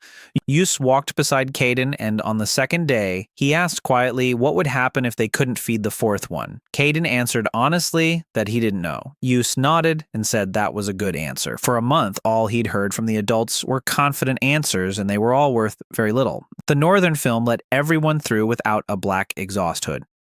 It simply parted before Caden's first step. Just as water parts, and Niav said quietly that they were expected, and that, for the first time in her memory, her furnace was silent, not out of stinginess, but out of respect. The northern lands turned out not to be lands at all. Beyond the barrier lay a gray plain, without forest, without creatures, without sound. Even the wind didn't blow here, it just stood still. Only a trail trampled by hundreds of feet stretched toward the horizon, and along the trail lay various items. An abandoned flask, a child's shoe, a spear stuck in the ground, tip pointing down, a rolled-up cloak that someone had sat on and never returned to retrieve. The people who had been led away with a smile walked here, traveling light, freeing themselves of their burden with every step. Brenna picked up the flask and shook it. Full. They didn't leave empty flasks here. They left everything here. By the time they reached the middle of the plain, the group began to hear it, not with their ears, with their chests. A steady, low tone like the hum of a hearth fire, but broader and deeper, as if the earth itself were humming from one end to the other. Holt stopped, knelt down, pressed his palm against the gray soil, and remained silent for a long time. Then he stood up, dusted himself off, and said matter-of-factly that the foundation was humming like that. They were walking on a roof. Their mother sleeps right beneath them, and the entire plain is her side. Niav turned as pale as her hair. The 4 of them lowered their shelves and bowed to the ground at the waist, and Yus crouched down and stroked the gray soil with his palm as one would stroke a large sleeping beast. They saw the 4th furnace toward evening, and it was not what they had expected. No chimney, no opening, no stone shelves. In the middle of the plain stood a house, an ordinary house with a porch, a window, a bench against the wall, and a curtain behind the glass. No smoke was coming from the chimney. Caden's throat tightened because the house immediately resembled all the houses he remembered from his life before the dome, and yet none of them individually. People were sitting in a wide circle around the house on the trampled earth, dozens of them. Caden began to count and reached 60 before losing track. That missing Selma sentry was sitting in the front row, hugging his knees. Residents from all sectors, marked and unmarked, all mixed together. And more, Caden spotted him right away. The former provider of the yoke sat barefoot in the circle, his clothes scorched. He held a hat on his lap and stared at the house without looking away. He had fled the burning village to the south, but had ended up in the north, and it was clear from his face that he himself didn't remember the way.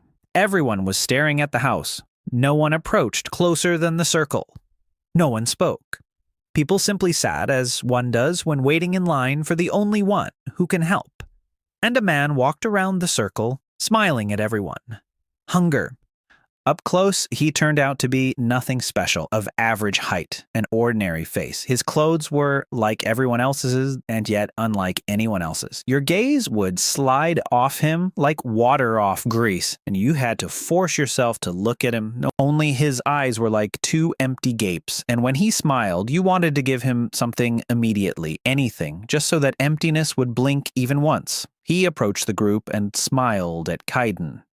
Caden felt a jolt beneath his ribs, like the hook of a reaper's whistle, only the hook wasn't pulling his body. It was the urge to feed him, to give him the sack, to give him the vial, to give him a year, to give him a hand. He caught himself already untying the sack and stopped his own fingers with an effort that made his back break out in a sweat. Beside him, Brenna stood with her lip bitten until it bled, while Holt clutched his furnace hammer with both hands so tightly that his knuckles turned white. Niev stepped forward first and spoke with Hunger in her Manan tongue. She offered provisions. Hunger smiled. She offered herds of the South's draft beasts. He smiled. Memories from the vaults of the scales. Any tier, your choice. Years of her own life and others with the consent of those others. She raised the price as one raises a bucket from a deep well, and with each rise, her voice grew a hair's breadth thinner. The words fell into the empty sockets of her eyes without a ripple. For the first time in her life, the mistress of the scales encountered someone who had nothing to offer, and Caden saw a bewildered 16-year-old girl emerge from beneath the skin of the old moneylender. Then 4 even-footed figures lifted the shelf and carried it to Hunger. The yoke stove, half asleep, offered the only thing she had, her shame and her submission. The older sister's complete submission to the younger one. The rumble of sleeping memory grew warm and pleading. Hunger looked at the shelf for a long time. He reached out his hand and almost touched it and turned away. The woman with the scorched hands wept silently. Then Holt did what he knew how to do. He pushed the ring aside with his shoulder, climbed onto the porch, and knocked on the door of the house, not like a supplicant, but like a craftsman who had come to make repairs. 3 times with his knuckles and twice with his palm. "That's how stove builders knock to each other," he said afterward. The door didn't open, but the rumble beneath the plane quivered, and a wave rippled across the gray soil like a stone thrown into water. All 60 of those seated swayed at once. Holt came down from the porch, looking visibly older, and said that they were listening inside. They were listening, but they weren't waiting for this. Caden stood in the circle of people and understood everything with his mind, but there was nothing he could do. You can't trade it away. You can't force it. You couldn't buy it, beg for it, or earn it. You couldn't even give away a whole sack of travel rations because a sack is a reserve, and reserves are given from surplus and by calculation, not for free. The scales oven had calculated correctly and miscalculated to the point of death. No one under the dome knew how to do anything just for the sake of it anymore. The month-long game had taught everyone the price, and everyone had learned the lesson all too well. He himself learned it better than anyone. Every kind deed he did that month had an ulterior motive, and he knew it. He bought loyalty with free bread. He bought obedience with medical care. Mora's forgiveness at the gate bought the respect of the clearing. He built himself just as he had built the fort, and in that masonry, not a single stone was laid for nothing. The sun was setting. Hunger was making the rounds. People were sitting, and then Yus tugged at his sleeve. The boy wasn't looking at the Hunger or at the house. He was looking at Mora sitting in the circle, and his expression was strange. He said he knew why everyone was sitting there and why no one was coming in. They had all come to give up something big. Life, memory, will, their whole selves. And you don't give away something big for free. Something big is always a bargain, even if you pay with yourself. Because when you give something big, you expect great meaning in return. Only small things are given away for free, so small that you neither regret losing them nor take pride in them. Mom would give him a crust of bread on the way back from the field, not because he was hungry, but because they were walking together and she had a crust. That's all. They were simply walking together and she had a crust of bread. Caden listened, and something inside him turned, slowly and heavily, like millstones. He reached into the bottom of the sack and pulled out a rag. He unfolded it. That strange round loaf lay in his palm and was still warm on the 4th day of the journey. The oven had baked it without being asked, without ingredients, and without explanation, and had set it aside.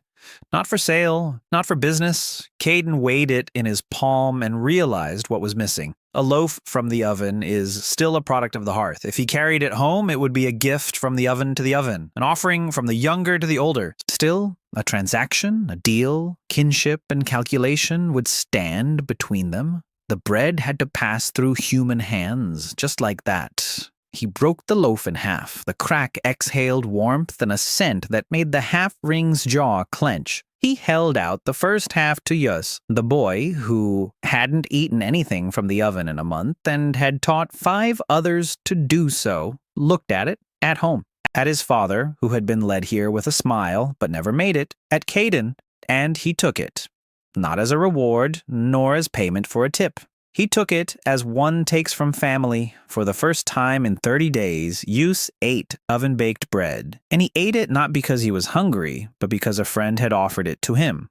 He ate, and 2 light streaks ran down his dirty cheeks.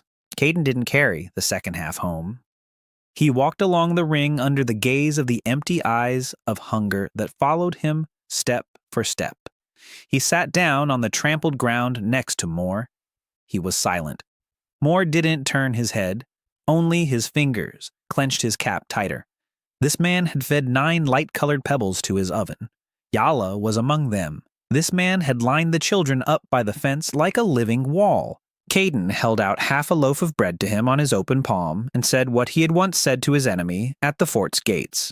He said that even he was entitled to a piece of bread in the evenings. Moore stared at the half-loaf in the stranger's hand for a very long time. His hands rose and fell twice. Then he took it. He held it with both palms, as one might hold a bird. He took a bite. And he wept aloud, crying ungracefully, choking and swaying as grown men do who have forgotten how to cry because they no longer need to. Hunger loomed over them, and its smile slowly faded while the empty sockets of his eyes blinked for the first time. The door of the house opened from the inside. The alliance of the 3 furnaces with Holt, Yusi, and Niav, along with the 4 emissaries of the sleeping yoke carrying her regalia, passed through the northern barrier and across the gray plain that turned out to be the side of the sleeping mother, reached the 4th furnace, which looked like a simple house surrounded by a ring of dozens of abducted people, including Mora, and a ring of separated hunger with empty eyes, evoking an irresistible desire to give. The scales of men, the offering of shame, the yoke, and Holt's craftsman's knock did not open the door because everyone had come to give something great, and something great is always a bargain. Yus suggested that only small things are given freely, things one is not sorry to part with and takes no pride in, and Caden broke apart a strange, warm loaf of bread baked in the oven beforehand without explanation, giving half well to Yus as a treat for a friend and half to Moore as forgiveness for an enemy without any expectation of gain. Moore wept. Hunger flickered, and the door of the house opened from the inside. There was no stove inside the house. Inside was a kitchen, a table scraped white, a bench, a shelf with earthenware dishes. The hearth was cold and clean, swept down to the stone. It smelled the way a house smells when no one has cooked there in a long time, but guests have been eagerly awaited, and a 4th person was sitting at the table. She looked like a 6-year-old girl in a gray dress with rolled-up sleeves, and Caden realized she hadn't chosen this appearance to elicit pity. She was simply the youngest of the brood, and she wasn't going to lie about it. Only 3 of them entered: Caden, Yus, and Holt. Niav stopped at the threshold on her own. She said that the scales in this house had nothing to weigh, and that for the first time in her life, This didn't scare her. It felt easy. The girl began to speak without opening her mouth. The words simply appeared in her head, just as one's own thoughts do, and because of that, it was impossible not to believe them. She said that from the very first day, she had seen the same things the elders had seen. People came to the nest and began to pay. With fear, with will, blood, years, the entire nest became a marketplace, and the elders fed on that marketplace and grew from it, each in their own direction. The hearth fed on labor and exchange and grew honest, yet calculating. The yoke fed on power and grew cruel. The scales fed on debt and grew cold. And she looked out the window and waited for the food that people had before the dome, the kind they give from their table to others without counting or remembering. A crust from the road, a bowl to a neighbor, bread to a stranger on the doorstep simply because it was evening and he was passing by. She waited a month. No one brought any, because the dome, first and foremost, teaches people to give up precisely that. Hunger and fear turn every crust into a transaction, and she decided it was better not to grow up at all than to grow up through bargaining. And she stopped eating, and then her hunger grew so great that it broke away, stood up, and went out to search on its own. It didn't want to steal from anyone. It smiled at people and called out to them because it didn't know how to do anything else, and people came and offered themselves to her entirely. And that was exactly what she couldn't eat. Holt asked in an elderly whisper why she hadn't said anything, not even a single line or a single sign. The girl looked at him and replied that asking for a gift kills the gift. What is begged for is not given freely. She could only wait, and she waited. Caden stepped up to the table and placed nothing on the scraped, clean boards. He had nothing left. The loaf of bread had been taken away in halves. He tossed the sack by the ring. He stood before the fourth oven with empty hands for the first time in 30 days, without goods, without a plan, and without a backup. And then the girl smiled for the first time and said that he had already fed her. A gift cannot be brought into the house. A gift can only be seen through the window. She had been eating from the very moment half the loaf of bread had landed in Moore's hand. She was eating right now. Couldn't he hear it? Caden listened closely. A hum. In the house without a stove, there was a quiet, steady hum of a well-fed stove, and it came from everywhere. From the table, from the bench, from the clean hearth, from the curtain. The house was filling itself with food. Hunger slipped in behind them as quietly as a cat does. It approached the girl. It stood beside her, and she drew it in, just as one draws in a long breath after a long cry. Her empty, gaping eyes closed. There was no flash of light. Simply, where the man with the erased face had stood, there was no one left, and the girl at the table turned pink, just as cheeks turned pink in the cold. She sat there, feeding on what was happening outside. And outside, things were happening. Through the window, Caden saw people standing in a circle, passing the remnants of the detachment's road rations to one another. They weren't trading, and they were passing them along. A former soldier from the east broke open some dried meat with Selma's sentry, whom he hadn't seen in a month. A woman with burned hands gave an old man a drink from that very same full flask she'd picked up by the trail.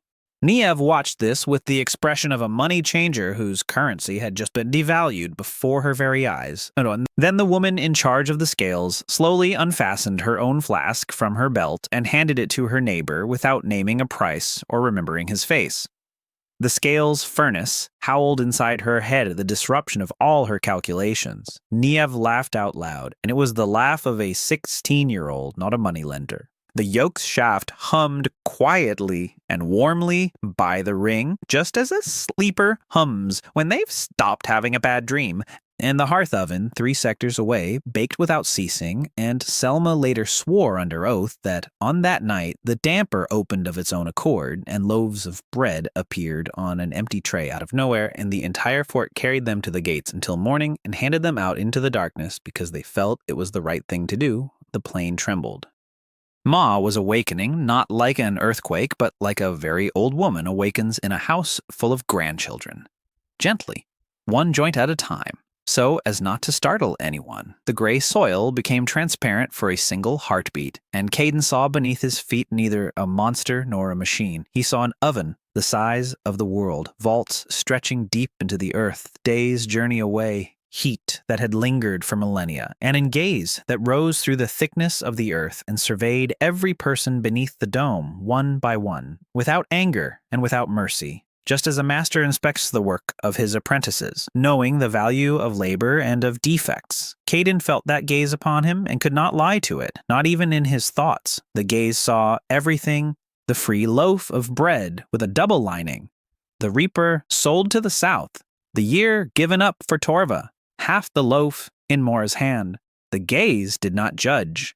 The gaze weighed things, and in that weighing, there was more of Niav's scales than of judgment. The gaze lingered longest on 4 points: on the house, on the yoke's shelf, on the small gap in the scales, and on the distant hearth stove, where at that very moment, according to her own words, Selma sat down beside the bench and remained on the floor, unable to stand until the gaze had moved on. Then the dome ended. It didn't open, didn't burst, didn't rise. It simply ended, just as rain ends. One moment it was there, and the next it was gone, and it wasn't clear when it had stopped. An ordinary sky with ordinary stars rose over the plain, and their simplicity made people's knees buckle. Someone was laughing, some were crying. A lame old man from the east pointed to the Big Dipper and repeated its name like a prayer. My mother's voice rang out once for everyone and never again. It wasn't loud, it was everywhere.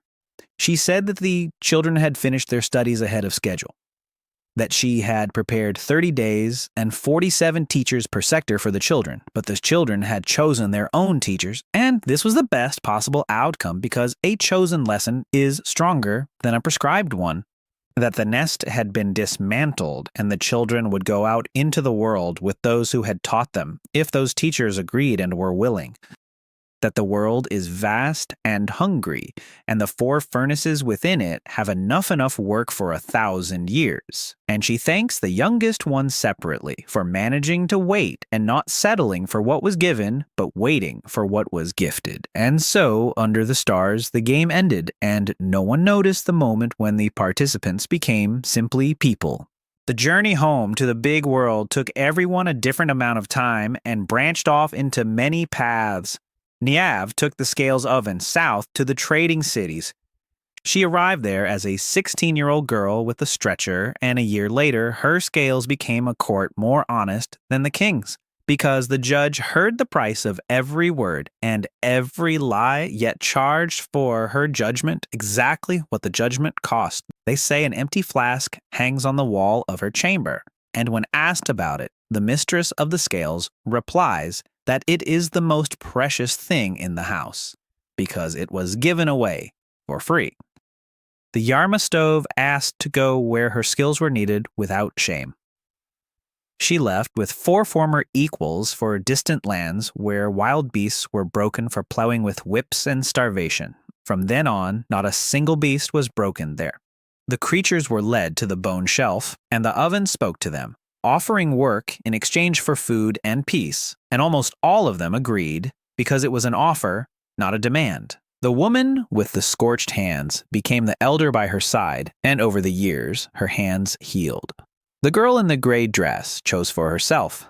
She went with Yus and his father. She said she wanted to grow up in a house where free will is rebuilt drop by drop, and where the older brother can go a month without eating to remain true to himself. There is no better home for her. They built their house by the main road. No smoke ever comes from the chimney there, but the house is always warm, and any passerby is given a bowl of food before they even have a chance to ask the price. Just as father spoke for the first time in the 3rd year, his first word was his daughter's name. Caden returned to the clearing, which was no longer a sector. The dome had receded from the entire game world, and it turned out that the clearing lay 3 days' journey from the real road and the real villages, and no one in those villages had noticed the month's disappearance. Of the 79 survivors, 42 decided not to go anywhere. Many had nothing left out there, but here stood Fort Goodle, a furnace, and the land had been cleared and watered so well that no one could bring themselves to abandon it. So, a few years later, a place appeared on the maps that the carters called Furnace Yard. It was a village by the road where every traveler knew 2 rules. Everything here has a fair price, and haggling is acceptable. And here, every evening before sunset, anyone is given a piece of bread for free, and no one asks who they are, where they're from, or why their eyes look the way they do. Holt lived to a ripe old age as the head stoker of Pechnidvor. He trained 11 apprentices, and before each one graduated, he would take them to the furnace at night and tell them to listen to the rumble until they could hear the difference between being full and being content. When asked what fueled this oven, he gave the same answer until the end of his life. The truth? Brenna spent a year traveling with guard caravans along new roads, then returned for good. When asked why, she replied that she knew how to count, and the furnace yard was the only place where the numbers added up. She took over Selma's walls, and Selma never gave back the apprentice's key, and no one in the entire village dared to ask for it. Torv got married the following year and named his firstborn Arkun, a foreign northern name, in memory of a gamekeeper he'd never seen, and that surprised no one. More stayed as well. He asked for the dirtiest work and got it without any leniency. For years, he cleaned pits, tanned hides, shoveled out ashes, and said nothing. Then, somehow, it just happened that he became the one who greeted newcomers at the gate. No one could spot at a glance better than he could, a person willing to pay any price for a place by the fire. He would lead such people to the hearth and feed them before they had a chance to open their mouths and name a price. Once, a newcomer asked him why things were the way they were here, and Moore replied that when a certain man had offered him half a loaf of bread at the very moment when it wasn't even worth the crust, he explained nothing more. Caden lived a year less than his allotted time and knew this down to the season, yet he never regretted it. Right up until his hair turned gray, he was the first to rise and the last to step away from the damper. The hearth's oven no longer displayed any lines. It had nothing left to bargain over with its master. All the settings remained. Everything still worked, but the numbers and conditions had vanished, just as a score between old friends fades away. Only every evening, when he placed his palm on the warm stone, the hum changed for a moment, and in that brief change lay everything. The question and the answer, hunger and be bread. Thank you and please.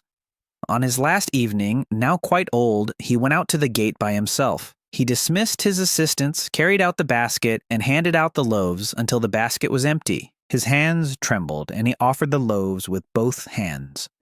He broke the last piece of bread in half with a stranger boy who had come down the road with empty hands and the old man's eyes. They ate it together, sitting on the threshold, and no one heard what they were talking about. Then the boy was taken away for supper, and Caden sat down on a bench by the warm wall facing the road and did not get up. The oven hummed steadily and contentedly above him all night, and no one in the village had bad dreams that night. And in the morning, on a cold tray, they found a single small round loaf of bread that stayed warm longer than the others, and no one in the oven yard asked who it was for, nor did anyone touch it until evening. Everyone knew. In the evening, they broke it apart and handed out a piece to everyone who was at the gate. It had been baked as a gift, and that was enough for everyone. The fourth oven turned out to be the youngest of the brood, waiting for the food given as a gift, and explained that asking for a gift kills the gift, which is why she had remained silent and gone hungry, while her separated hunger called out to people, knowing no other way. She was satisfied when she saw through the window how Kaiden, empty-handed, shared the bread with friend and foe alike. After that, her hunger returned. The people in the circle began to share without asking for payment. Niev gave away her flask as a gift, and the awakened mother surveyed everyone with the gaze of a master, acknowledged that the brood had completed its training, removed the dome herself, and sent the children out into the world with their chosen teachers. The scales left with Niav to the judge's yoke to the honest hiring of creatures alongside their former peers. The youngest oven went to Yusa's house by the highway, where everyone is fed without asking the price. And on the site of the fort, the village of Pechnoi Davor grew up with rules of fair pricing and free evening bread. There remained whole with his apprentices, Brenna, Selma with the key, Torv, who named his son Arkin, and Moore, who atoned for his guilt at the gate. Caden lived his life without a single year wasted. Without regret, he died an old man by a warm wall, sharing his last piece of bread with a passing boy, and the oven baked a single loaf for him as a parting gift, which was shared one piece at a time among everyone.